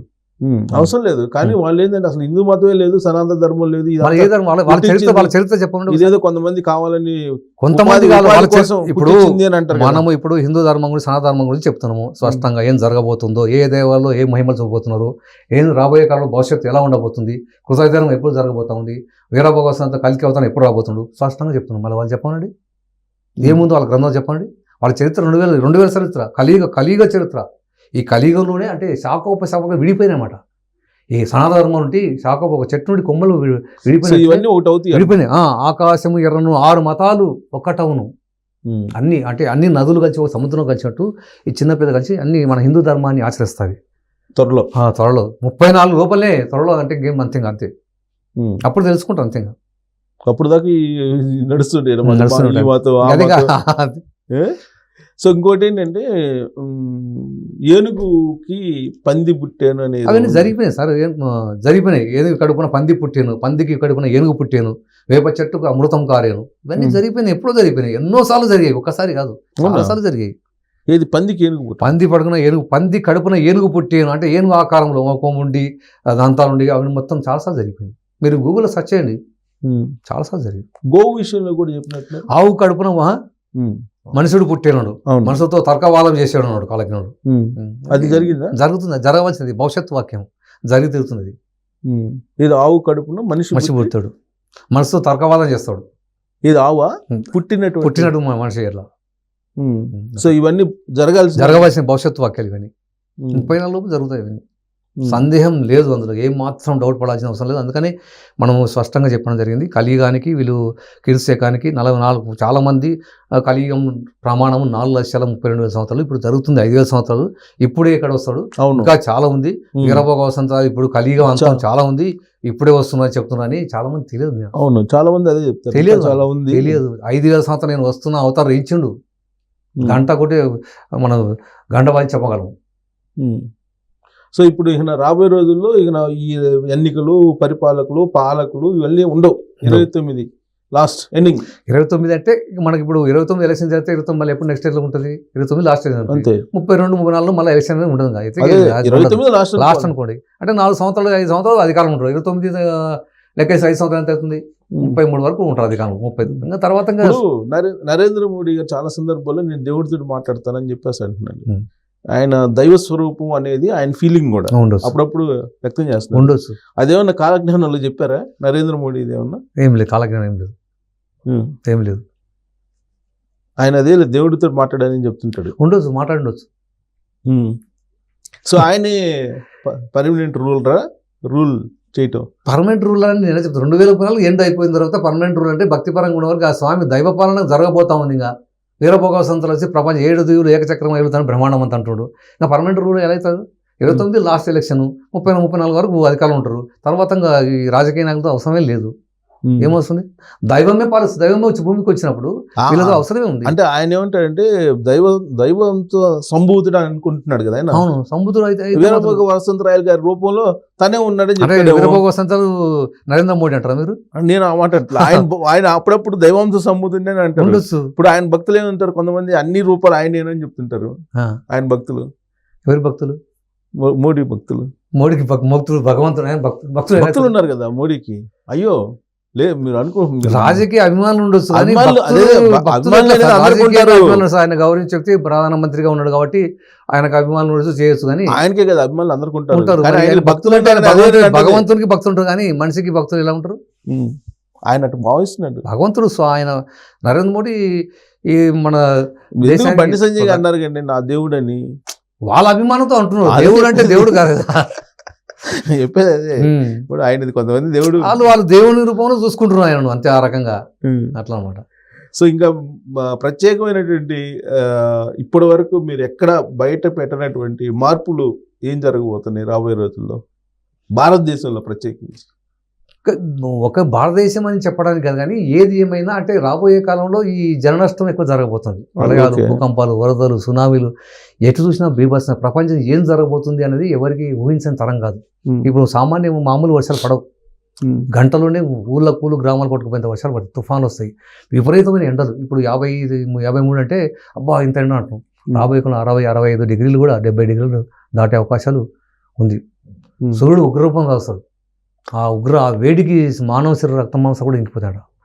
ప్రపంచం మొత్తం చుక్క నీరు కూడా ఉండదు. సముద్రాలు, నదులు, బావులు, చెరువులు, జలాలు లేక నీరింకిపోయాను కాలజ్ఞానం. కాబట్టి ఆ రకంగా ఆ వేడికి అగ్నివర్షం కురుస్తుంది.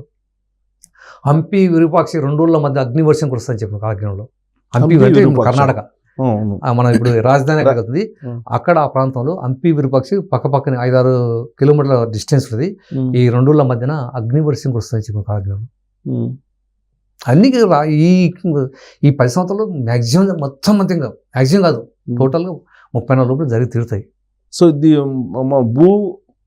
భూమి మీద యమదూతలు తిరుగుతారు. ఇవన్నీ ఏంటి? యమదూత నాటేమంటే ఇప్పుడు ఇవి సృష్టించినప్పుడు జనాభా నచ్చినప్పుడు యమదూతలకు అంటే బ్రహ్మకు సృష్టించే పని తగ్గిపోతుంది, యమదూతలకు పనిభారం అయ్యేనాడు. పనిభారం అంటే చనిపోయే సంఖ్య పెరిగిపోతుంది, లక్షల కోట్లలో ఉంటుంది. వారి తక్కువ తగ్గిపోతుంది. బ్రహ్మదేవుని అంటే ఆయన సృష్టికర్త, సృష్టించే వారికి పని లేక పనిభారం కలిగి ఉంటాడు. వాళ్ళకి యమునికి ఏమో పనిభారం ఎక్కువవుతుంది. అంటే నశించిపోయేవారు, చనిపోయేవారి సంఖ్య కోట్లలో ఉంటుంది. అంటే శివదూతలు కనపడరా? యమదూతలు అంటే ఇప్పుడు శివదూతలు కనపడరా? అది. సో యమదూతలు అంటే కరాళ నృత్యం చేస్తారన్నమాట. ఇంకా చావు నృత్యం చేస్తుంది అంటారు రాబోయే రోజుల్లో. చచ్చిన వాడికి ఏడ్చేవాడు లేకపోయాడు కాలజ్ఞుడు.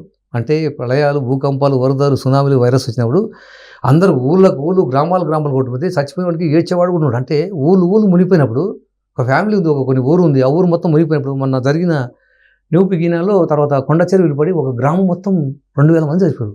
చచ్చిపోయినప్పుడు వాళ్ళ బంధువులు కానీ, ఫ్రెండ్స్, స్నేహితులు కానీ, పక్క వాళ్ళు కానీ ఏడ్చడానికి లేరు. చచ్చిన వాడికి ఏడ్చేవాడు లేకపోయాడు. ఒక గోతికి పట్టనంత మందిని పూర్తి చేయరన్నాడు. మనకు సునామీ వచ్చినప్పుడు చాలామంది లక్షల్లో చనిపోయినప్పుడు ఏం చేసినంటే ట్రాక్టర్లు తీసుకొచ్చి పెద్ద జేసీబీ తవ్వి ఒక గోతికి పట్టనంత 500 మంది 200 మంది పూడ్చడం జరిగింది. ఈవెన్ మనకు కరోనా టైంలో కూడా అదే జరిగింది. ట్రాక్టర్తో తీసుకుపోయి జేసీబీ తవ్వి అలా పూడ్చిపెట్టడం జరిగింది. ఒక గోతికి పట్టనంత మందిని పూడ్చారు. ఆయన చెప్పిన అక్షర సత్యంగా జరుగుతూనే ఉన్నాయి. ఇప్పుడు డాక్టర్లు గురించి ఏం చెప్పారు రాబోయే రోజుల్లో? వైద్య నిపుణులు లేని వాదులు పెంచి పెద్ద మొత్తంలో డబ్బు గుంజేరైనాడు. మనం చూస్తున్నాం, చిన్నదానికి అవసరం ఉన్నా ఏదైనా కడుపు వచ్చింది, జ్వరం వచ్చింది ఏదైనా వస్తే అన్ని ఎక్స్రేలు తీయాలి, అవి తీయాలి, మొత్తం లేని అన్ని రకాల టెస్ట్ చేసి లక్షల్లో గుంస్తుంది. ఇప్పుడు మనం కరోనా వచ్చినప్పుడు చిన్న వైరస్, అది చిన్నది ఒక టాబ్లెట్ వేసుకుంటే పోయేదానికి లక్షల కోట్లు కూడా వసూలు చేసిన సందర్భాలు ఉన్నాయి. పేపర్లో, టీవీలో చదవడం జరిగింది. మనం అంటే చిన్నదానికి ఒక టాబ్లెట్ వేసుకుపోయేదానికి వైరస్ను వాళ్ళు ట్రీట్మెంట్ చేసి అక్కడ పెట్టుకొని ఆఖరికి చనిపోయిన శవానికి కూడా డబ్బులు గుంజారు. వైద్య నిపుణులు ఇలా లేని వాదులను పెంచి ఉన్నట్లు పెద్ద మొత్తంలో డబ్బు గుంజేరాయనాడు. అంటే అందరూ అలా ఉండరని కాదు, ఈ సమాజంలో జరుగుతుంది, కలియుగంలో చాలా ఆ విధంగా చేస్తున్నారు. ఇప్పుడు ఈ కుబేర్ల గురించి ఏం చెప్పారు కాలజ్ఞానంలో? కొంతమంది బాగా డబ్బున్న వాళ్ళే కొంతమందే ఉంటున్నారు కదా. అవును, వాళ్ళ గురించి. ఇక ధనవంతుడు అంటే ఇప్పుడు కుబేర్ల గురించి బీదా ధనవంతుడు ఒక్కడే రోజు కూడా రాబోతుంది. ఇప్పుడు వీళ్ళంతా ఏదో డబ్బులు కోట్లు సంపాదించుకొని దేనికి ఏం చేసుకుంటుంది? మనిషికి ఎంత కావాలో అంతవరకు. కానీ 100 కోట్లు 1000 కోట్లు స్కాములు, కుంభకోణం వేసి అది మరి దేనికి ఉపయోగపడకుండా వాళ్ళ దగ్గర ఉంటుంది, దానివల్ల ఉపయోగం లేదు. సో రాబోయేటువంటి రోజుల్లో ఇప్పుడు ఆంధ్రప్రదేశ్, తెలంగాణ చూసుకుంటే ఆంధ్రప్రదేశ్కు చాలా ఉపద్రవాలు జరిగే అవకాశాలు చాలా ఎక్కువగా ఉన్నాయి. అవకాశాలు కాదు, చాలా ఎక్కువగా ఉన్నాయి. ఎందుకంటే స్వామివారి కాలజ్ఞంలో అనేక సార్లు స్పష్టంగా ఏ ఏరియాలో ఉపద్రవాలు వస్తాయి, ఆ ఏరియాలో ఎక్కువగా అంటే తినే తిండి లేకుండా బియ్యం ధర చాలా పెరుగుతాయి. కాబట్టి ఈ ముందుగానే అంటే ఇప్పుడు ఆంధ్రప్రదేశ్ ప్రభుత్వం వారు, ఈ రాష్ట్ర ప్రభుత్వం వారు ముందుగా ఆలోచించి ఆహార ధాన్యాలను అంటే సురక్షిత ప్రాంతాలలో నిల్వ చేసుకోవడం ఉత్తమం. ఏది ఎన్ని చెప్పినా, ఎన్ని జాగ్రత్తలు తీసుకున్నా జరిగి తీరుతాయి, అందులో అనుమానం లేదు. మనం చెప్పాడు కదా అని చెప్పేసి ఆహారాన్ని నిల్వ చేసుకొని మన పక్క రాష్ట్రంలో ఆడబెట్టుకున్నా కానీ అది రూపాయికి చిట్టడం, అవి జరిగి తీరాల్సిందే. ఎన్ని చెప్పినా, ఎన్ని చేసినా ఆ కాలజ్ఞానం జరిగి తీరుతుంది, అందులో సందేహం ఏమాత్రం లేనేలేదు. సైంటిఫిక్గా కూడా ఇప్పుడు హైదరాబాద్ ఉంది, ఇది సిస్మిక్ జోన్ అంటే భూకంప జోన్లో ఉంది అంటున్నారు. అవును. సో భూకంపాలు అవకాశం ఉంది హైదరాబాద్ అంటే ఒక హైదరాబాద్ అని కాదు, కానీ భూకంపాలు అనేది ఇక్కడేం జరుగుతాయి. హైదరాబాద్ మనకు తక్కువ ఉంది, అంత తక్కువ ఉంది అంత. కానీ మూసీ నది ఎఫెక్ట్ హైదరాబాద్ కూడా ఉంది అన్నమాట. రాబోయే రోజు మనకంటే మన హైదరాబాద్ నగరానికి చాలా దూరంలో నదులు కానీ, ఈ సముద్రాలు కానీ చాలా మనకు దాదాపు 100 కిలోమీటర్ డిస్టెన్స్లో ఎక్కడ లేదు. మన కృష్ణానది తీసుకుంటే మనకు 150 కిలోమీటర్ దూరంలో మనకుంది. అవును. ఇప్పుడు ఇది గోదావరి నది కూడా అంత దగ్గర ఏం లేదు, అన్ని దూరంగా ఉన్నాయి. మనకు ఒకటి ఎఫెక్ట్ అంటే అది మూసీ నది ఎఫెక్ట్ ఉంది. ఆ మూసీ వరదలు వచ్చినప్పుడు ఆ తీర ప్రాంతాలకు వాళ్ళకి ఎఫెక్ట్ అది. మన రీసెంట్గా జరిగినప్పుడు మామూలుగా ఇది ఏంటంటే ఇప్పుడు చెరువులు కబ్జాలు అయిపోతున్నవి, ఇవన్నీ కబ్జా చేయడం వల్ల ఆ అనవసరం అంటే వాళ్ళు మొత్తాన్ని అంటే చెరువులను ఈ యొక్క మూసీ నదుల దగ్గర ఆంచుకొని వాళ్ళు అంటే ఆ రకం చేయడం వల్ల వాళ్ళకి ఎఫెక్ట్ పడుతుంది. సో ఇప్పుడు అక్కడ చూసుకుంటే కనుక ఇది మీరు చెప్పిన హంపి రెండో రాజధాని అన్నారు, అక్కడేమో మళ్ళీ ఉపద్రవం ఉందని చెప్తున్నారు. మళ్ళీ మీరు హంపి విరిగిపోయిన 2 మంది అగ్నివర్షం కురుస్తారు, అగ్నివర్షం కురుస్తుంది, అక్కడ నష్టం జరుగుతుంది అంతే. ఆ రెండుల మధ్య అగ్నివర్షం కురుస్తుంది చెప్పండి. ఇప్పుడు బనగానపల్లి ఉంది, బనగానపల్లి ఆయన స్వామివారి కాలజ్ఞానం రాసింది, స్వామివారి గోవులం కాసి అక్కడ ఆ గుహలో స్వామివారి కూర్చొని కాలజ్ఞానం రాసిన చేయడం జరిగింది. అవును, దానికి ఏదో విశిష్టత చెప్పారు కదా. దానికి విశిష్టత అంటే జుర్రేరు అంటే సముద్రం మొత్తం అంటే ప్రపంచం మొత్తం చుక్క నీరు లేకపోతే ఆ జుర్రేరు బనగానపల్లిలో జుర్రేరు నీరు ఇంకా అని చెప్తున్నాడు. అక్కడ నీళ్లు ఉంటాయి అంటున్నాడు. సో ప్రపంచం ఎటు పోయినా ప్రపంచం అంటే అది మొత్తం చుక్క సముద్రాలు కూడా ఎండిపోతాయి. నదులు, బావులు, సముద్రం మొత్తం చుక్క నీళ్ళలోకి వెళ్ళిపోతాయి. కానీ బనగానపల్లిలో జుర్రేరు నీరు ఇంకా అక్కడ నీళ్లు ఉంటాయి. సో ప్రపంచం మొత్తం అక్కడికి వచ్చి తాగాలంటారా?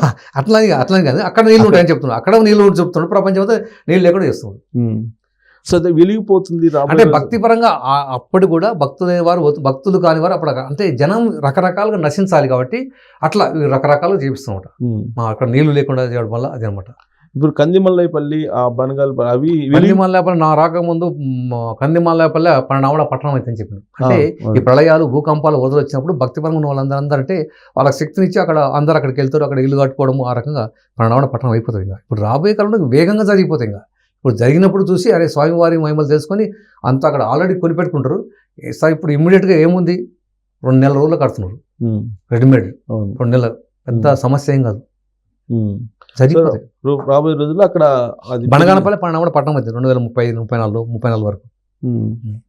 సో అక్కడ కొంచెం పుణ్యాత్ములు ఉంటారు, పుణ్యాత్మ ఉంటారు అంతే కదా. అంతే మీరు చెప్పారు అంతే. 12 భక్తులైన వారు అక్కడ చేరుకుంటారు. నా భక్తులైన వారు 50 మంది కందిమల్లాయపల్లి చేరుకుంటారని చెప్పిండు.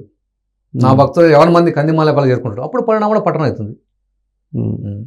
సో ఇప్పుడు మొత్తం అంతా 2034 అంతే కదా. 2034లో స్వామివారి అంటే కలిగాంతం అది. బాగుగా ఆనంద సంవత్సరం నాగమల్య రీతిగా నరలంతా చచ్చేడు యోగం ఇక ముందు వచ్చాను తెలియండి. అంటే ఆనంద సంవత్సరం 2034 ఆ సంవత్సరంలో నరులంతా చచ్చిపోయే రాబోతుంది అంటున్నాడు. గోవులు సంతతి పెరిగిద్ది అని చెప్పి అట్లా ఉందా? గోవుల సంతతి పెరగట్లేదు, తగ్గుతుంది కాదు. ఈ యుగాంతం తర్వాత మళ్ళీ మామూలుగా కృతయుగ ధర్మంలో అన్ని మామూలు అయిపోతుంది ఇంకా మళ్ళీ అది. సో ఈ మొత్తం సృష్టి అనేది కొత్తది మనం చూడబోతా ఉన్నాం. ఇది 2034. సో ఈ లోపు ఇది ఆర్టిఫిషియల్ ఇంటెలిజెన్స్ లేకపోతే టెక్నాలజీ ఉండదు, మొబైల్స్ ఉండవు, ల్యాప్టాప్లు ఉండవు, ఇవన్నీ ఏవి పనిచేయవు అంతే. పనిచేయదు అంతే, ఇంకా స్తంభించిపోతాయి అంతే. ఇంకా టెక్నాలజీ ఏమి ఉండదు, శాటిలైట్ ఇవన్నీ ఏం పనిచేయదు. టీవీలు, రేడియోలు ఇవన్నీ ఏమి ఉండదు. మొబైల్స్ కూడా ఏం పనిచేయవు. ఈ సినిమాలో లాగా మొత్తం స్తంభించిపోతుంది ఒక్కసారిగా అంతే. మొత్తం మళ్ళీ ఫ్రెష్గా వస్తుంది అంతే, ఫ్రెష్గా అంతే. ఇంకా కాలజ్ఞానంలో 6 ఏళ్ల పాపకు ఒక మగబిడ్డ పుట్టినడు, 6 సంవత్సరాల పాపకు మగబిడ్డ పుట్టడం అనేది అసంభవం. అంటే ఇప్పుడు అంటే సృష్టికి విరుద్ధమైనప్పుడు నేనేందో నా మహిమ ఏందో చూడంటాడు. మామూలుగా అయితే ఆ 12 సంవత్సరాలు 14 సంవత్సరాలు ఆమె పెద్ద మనిషి కావడము, తర్వాత 20 సంవత్సరాలు పెళ్ళి అయితేనే పిల్లలు పుట్ట జరుగుతుంది. 6 సంవత్సరాల పాప అనేది అది మన సృష్టి ధర్మానికి విరుద్ధమైన మహిమను కూడా చూపిస్తున్నాడు. నేనేందో నా మహిమ ఏందో నా తమాషను చూడని ఆయన చూపిస్తున్నాడు. ఇప్పుడు ఆవు కడుపున మనిషి పుట్టిన అనేది విరుద్ధమైనది. ఆవు కట్టిన మనిషి పుట్టడం ఏంది? అలాంటివి కూడా అంటే రాసి మహిమ చూపిస్తున్నాడు. పంది కడుపున ఏనుగు పుట్టేను అన్నాడు. పంది ఏ సైజులో ఉంటుంది, మన ఏనుగు ఏ సైజులో ఉంటుంది, అవి రెండు కలిసే అవకాశమే లేదు. మరి పంది కడుపున ఏనుగు పుట్టిందంటే అట్లా చూపిస్తున్నట్టు ఆ మహిమలు ఆ విధంగా అనమాట, సృష్టికి విధంగా. సో హంపీలో హనుమాన్ హంపీలో ఉన్న ఆంజనేయ స్వామి అలిసి మూలిగైనా ఆ మూలుగు విన్నవారు నీలిగి చచ్చేరాయన కాలజ్ఞుడు. ఆ హంపీలో ఆంజనేయ స్వామి మూలుగితే ఆ మూలుగు విన్నవారు నీలిగి చచ్చిపోతారంట. అది భవిష్యత్తు వాక్యం అట్లా రాసిన స్వామివారు, అట్లా రాసి యాగంటి నందిస్తాడు అంటే ఆ మహిమలు చూపబోతున్నారు. ఆంజనేయ స్వామి 7 ప్రమాణం అంతా హైట్ పెరుగుతాడట. ఆ రకంగా అంటే ఆ రకంగా మహిమలు ఒక్కొక్క దేవుంది ఒక మహిమ చూపిస్తున్నట్ల. అందరి జాతకాలు అంటే నది నద్దం పుట్టుక తెలుసు, సప్త సముద్రం పుట్టుక తెలుసు, నా పుట్టుక నామ తెలుసు, అందరి దేవతల పుట్టుక తెలుసు, నా పుట్టుక నా మహిమ ఏ దేవుడు ఎరగడు, అందరికి నేనే సమానం, నాకు సమానమైన దేవుడు, నాకు మించిన దేవుడు అంటున్నాడు. కాబట్టి కాలజ్ఞానం రాసిండు, నాకు సమానమైన దేవుడు లేడు, నాకు మించినోడు ఎక్కడ ఉందా. అందరి పుట్టుపర్వతాలు తెలుసు, నా సప్త సముద్రం పుట్టుక తెలుసు, నది నదుల పుట్టుక తెలుసు, నా పుట్టుక నా మహిమ ఏ దేవుడు ఎరగడు. పల్నాడుది కూడా మెన్షన్ చేశారు. పల్నాడుది ఏంటి, బాటసార్లు వచ్చి పల్నాటి అది భవిష్యత్తు వాక్యం. పల్నాటిది అనేది వాట్సాప్లో వచ్చి అంటే పశ్చాకాంత నలుదన్న అని భవిష్యత్తు వాక్యం అది. సో ఈశాన్యం నుంచి ఈశాన్య అది జరిగిపోయిన వాక్యం. ఈశాన్యం నుండి విషగాలి వచ్చి విపరీతంగా చచ్చేరుమా, కొరంకన జబ్బు 1,000,000 మందికి తగిలి కోడిలా తూలి చచ్చేరుమా అనేది ఆల్రెడీ ఇది జరిగిపోయింది. మళ్ళీ ఇలాంటి అవకాశం, మళ్ళీ ఈ కరోనా లాంటి కొత్త కొత్త వైరస్లు వస్తాయి, కోట్ల కొలది అనేది నశిస్తారు ఈ వైరస్లో. 360 రోగాలు మళ్ళీ విజృంభిస్తూనే ఉంటాయి. ఈశాన్యం కాదు కొత్త కొత్త వైరస్ 360 రోగాలు ఉన్నాడు. రోగాలు ఘనమయ్యను మందు పారకపోయ్యను కాలజ్ఞానుడు. అంటే ఎటువంటివి దైవాధ్యానం కన్నా మించింది లేదయ్యా, అనంత శక్తులు అందులో ఉన్నవి. అష్ట కష్టములకు కఠిన రోగములకు దివ్య విషయం అని నమ్మండి అయ్యా అంటున్నాడు. ప్రతి కష్టానికి కూడా ఇదే దైవాధ్యానం మించింది లేదు, దానికి ఏ మందు అవసరం లేదు అంటున్నాడు. పుట్టెడు గాజులు పగిలిపోయాను, 12 పుట్ల గాజులు పగిలిను, మొలపాడు రక్తం పారను, వృద్ధులో దైవమే లేదన్న వారు ఒడ్ల పట్టు వాళ్ళని నశించిపోతారని చెప్పి. ఇప్పుడు దైవం లేదని చాలామంది సభలు సమావేశాలు మీటింగ్లు పెట్టుకొని దేవుడు ఎక్కడున్నాడు, దేవుడు ఉంటే చూపించండి. బ్రహ్మంగారు వీరభద్ర స్వామి దేవుడే కాదు, ఆయన ఊహించితే ఇవన్నీ జరుగుతాయి. కాబట్టి ఇకపై అటు దేవుడు లేడు అన్న వారికి పోయిన స్థానం అయిపోయింది. ఒడ్ల పొట్టు రాలినట్లు కుప్పలు కుప్పలుగా రాలిపోతారు. నా మహిమ తెలియని ద్రోహి మందలు సీమల పుట్టలు చెదల పుట్టలు మడిసినట్టు మడిసేరన్నాడు. జరగబోతుంది కానీ ఎన్ని మహిమలు సృష్టికి విరుద్ధమైన ఎన్నో చూపించాడు, ఎన్నో రాశాడు, జరిగిన కళ్ళ ముందు జరుగుతున్నా కానీ తెలుసుకోలేకపోతున్నాం. అంటే కలిమాయ ఆవరించింది. నశించిపోయేటి బుద్ధులే పుట్టిన నాస్తికవాదులు అయిపోయారన్న, అంతు తెలవని కరువు వచ్చినాయా, మసిపాత మాడక అమ్మేరయ్య. అంటే మసిగుడ్డ వంటి వస్త్రాలు కూడా డబ్బులకు అమ్ముతారు. ఆ రోజు రాబోతా ఉన్నాయి అన్నమాట. సో అంతులేని కరువు వస్తుంది. కరువు అనేది చాలా కరువులు అనమాట. ఆ కరువు చెప్పని కరువు రాబోతా ఉంది. సో రేపల్లెలో ఈత చెట్టు అంటే ఈ ఈత చెట్టు ఒకటి పగలెల్లా నిల్చుండి రాత్రులు 12 ఇది జరిగిపోయింది. 2016లో జరిగింది. అది మొదలుకొని 2016 మొదలుకొని 8 సంవత్సరాల కంటే క్రోధినామ సంవత్సరం 2016, 8, 2024 క్రోధినామ సంవత్సరం మొదలుకొని ఉత్పాతాలు పెరిగిపోతాయని చెప్పిన కాలజ్ఞుడు ఆయన చెప్పిన కంటే 2016లో జరిగింది. అనేక ఛానళ్ళ వల్ల వచ్చి అక్కడ జరిగిందన్నమాట. అంటే ఒకరోజు ఏం చేశాడు, ఆ కొండమంజలు అనే ఒక గ్రామంలో సుబ్బారావు అనే రైతు ఆయన పొలం దగ్గరకు పోయి అక్కడ దాని బైక్ మీద పోయి ఆ వాహనం అక్కడ 2 బైక్ను అక్కడ పెట్టిండు. ఆ చెట్టు కింద పెడితే పోయి పొలం పనులు చూసుకొని సాయంత్రం వచ్చిండు. సాయంత్రం వస్తే ఆ ఈత చెట్టు ఎక్కడ ఏమైందంటే ఆ బైక్ను పడింది. సరేలే ఏదో అనుకోడు వరిపోయిందని ఆ బైక్ అది చెట్టును పక్కని బైక్ తీసుకొని వచ్చేసాడు. వచ్చేసి నార్మల్గా పోయాడు. మళ్ళీ మరుసటి రోజు మార్నింగ్ మళ్ళీ యథావిధిగా పొలానికి వెళ్ళి బావి దగ్గరకు పోయి చూస్తే ఆ చెట్టు పడుకున్న చెట్టు నిలబడి ఉంది.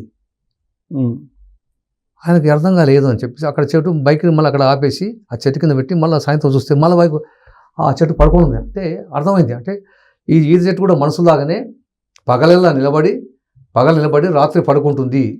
ఈ విషయాన్ని గ్రామాల్లో చెప్తే గ్రామాల్లో వచ్చి చూస్తే మొత్తం అంతా తడ్డోపతండం రావడం వల్ల అన్ని ఛానల్ తెలిసిపోయి ఏం జరుగుతుందని చెప్పేసి అన్ని ఛానల్ వాళ్ళు వచ్చేసి అక్కడ కెమెరాలో పెట్టి చూస్తే ప్రతిరోజు మార్నింగ్ లేవడము, రాత్రి కాగానే సాయంత్రం కానీ పడుకోవడం జరిగింది. అదే విషయం కాలజ్ఞానం చెప్పిండు. అంటే ఒక చెట్టు ఈత చెట్టు ఒకటి పగలేళ్ళ నుంచి రాత్రి 12 అన్నాడు. 2016లో జరిగింది. అన్ని ఛానల్లో వచ్చింది. అక్కడ ఈత చెట్టుకు పూజలు చేశారు. పూజ చేసి టెంకాయలు కొట్టి అక్కడ విభూది మొత్తం పసుపు కుంకాలు చల్లి అక్కడ చేయడం జరిగింది. అన్ని ఛానల్లో ఎంతోమంది గ్రామాల నుండి తల్లి లక్షల మంది తల్లులు వచ్చి చూడడం జరిగింది. అది 2016 మొదలుకొని 8 సంవత్సరాలకు అంటే 8 సంవత్సరాలు 19వ సంవత్సరం ఉత్పాతాలు పెరిగిపోతాయి. 2004 ఉత్పాతాలు పెరుగుతాయి కాలజ్ఞానం స్పష్టంగా చెప్పింది. ఆ విధంగానే జరుగుతుంది ఇప్పుడు.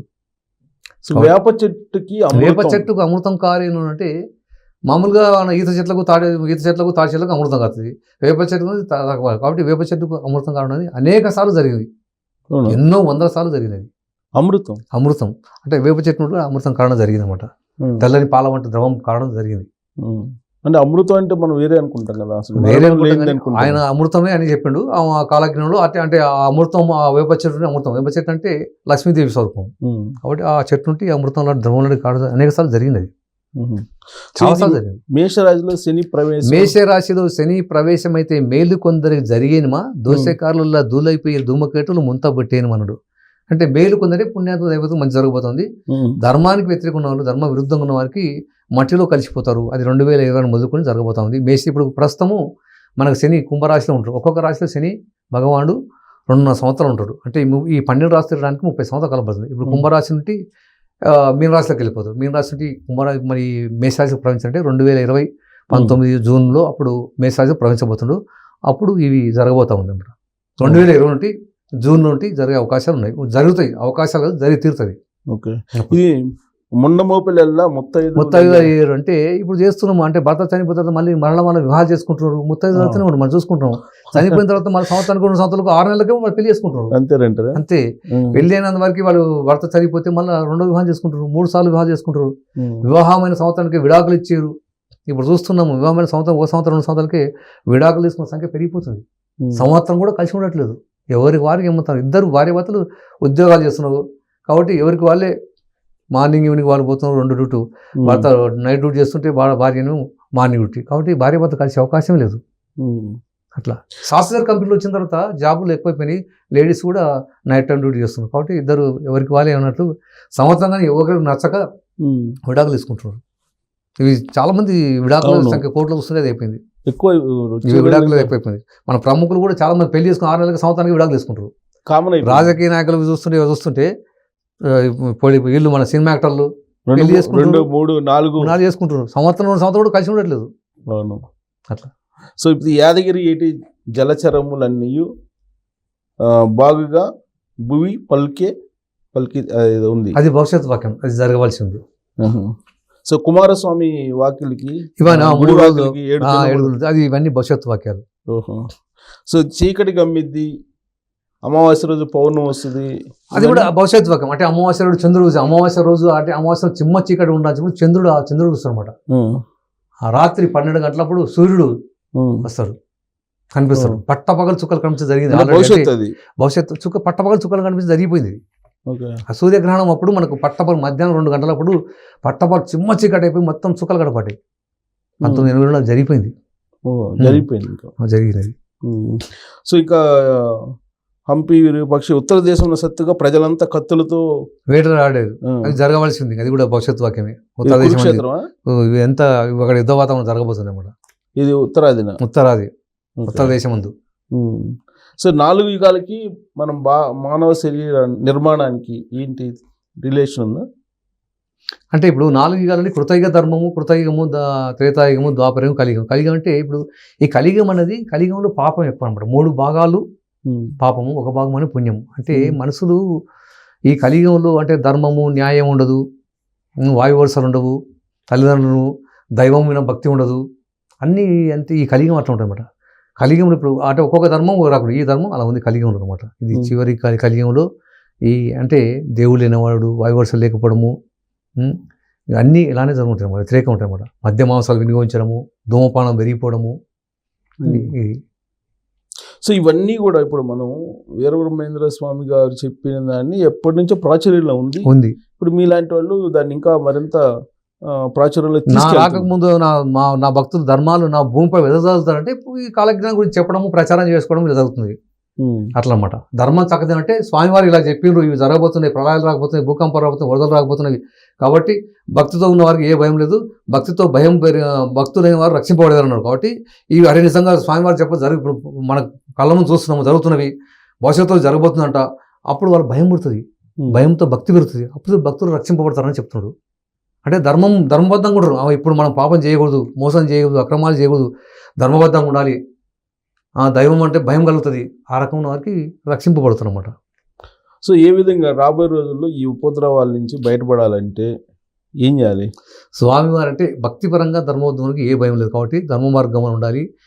ఇప్పుడు ఈ శతాపురం 100 పాపాలు చేసిన ఈ క్షణమైనా పశ్చాత్తపడి స్వామివారిని శరణు కొడితే ఖచ్చితంగా అంటే రాముడైనా నేనే, కృష్ణుడైనా నేనే, సర్వంబు నేను తెలియదా, వాద భేదంలో ధరలో వస్తే వెంకటేశ్వర స్వామి వెలిసింది కాబట్టి అంతా నేనే. కాబట్టి ఎవరైతే భక్తి స్వామివారిని వేడుకుంటారో, నేను తప్పు చేసిన పొరపాటు వేడుకుంటారో వారిని ఖచ్చితంగా కాపాడి తీరుతానని చెప్పడం జరిగింది. ఆ విధంగా కాబట్టి భక్తితో ఉండడమే సరైన మార్గం. సో ఫైనల్గా మీరు ఈ భక్తులకి, లేదంటే ఈ వీరబ్రహ్మేంద్ర స్వామి గారి స్వామివారు ఏం చెప్పారంటే, నా భక్తులు ఏమన్నా అంటే నా కాలజ్ఞానం ప్రచారం చేసిన వారికి అన్నదానం కన్నా మిన్న యజ్ఞం ఫలితం కలిగింది. కాబట్టి ఈ వీడియో చూస్తున్న వారు ప్రతి ఒక్కరు కూడా స్వామివారిని, అంటే మనం ఇప్పుడు మొబైల్లో ఉన్నాయి కాబట్టి మనకు తెలిసిన వారికి ఈ షేర్ చేయడం వల్ల 12 మందికి మీ గ్రూపులో ఎంతమంది షేర్ చేస్తే మీరు కూడా అందరూ ప్రచారం చేసిన వాళ్ళు అవుతారు. కాబట్టి స్వామివారి అనుగ్రహం మీ అందరికీ కలుగుతుంది. కాబట్టి ప్రతి ఒక్కరు స్వామివారికి ఈ రకంగా ప్రచారం చేయమని చెప్తున్నాం జరుగుతుంది. Right and thank you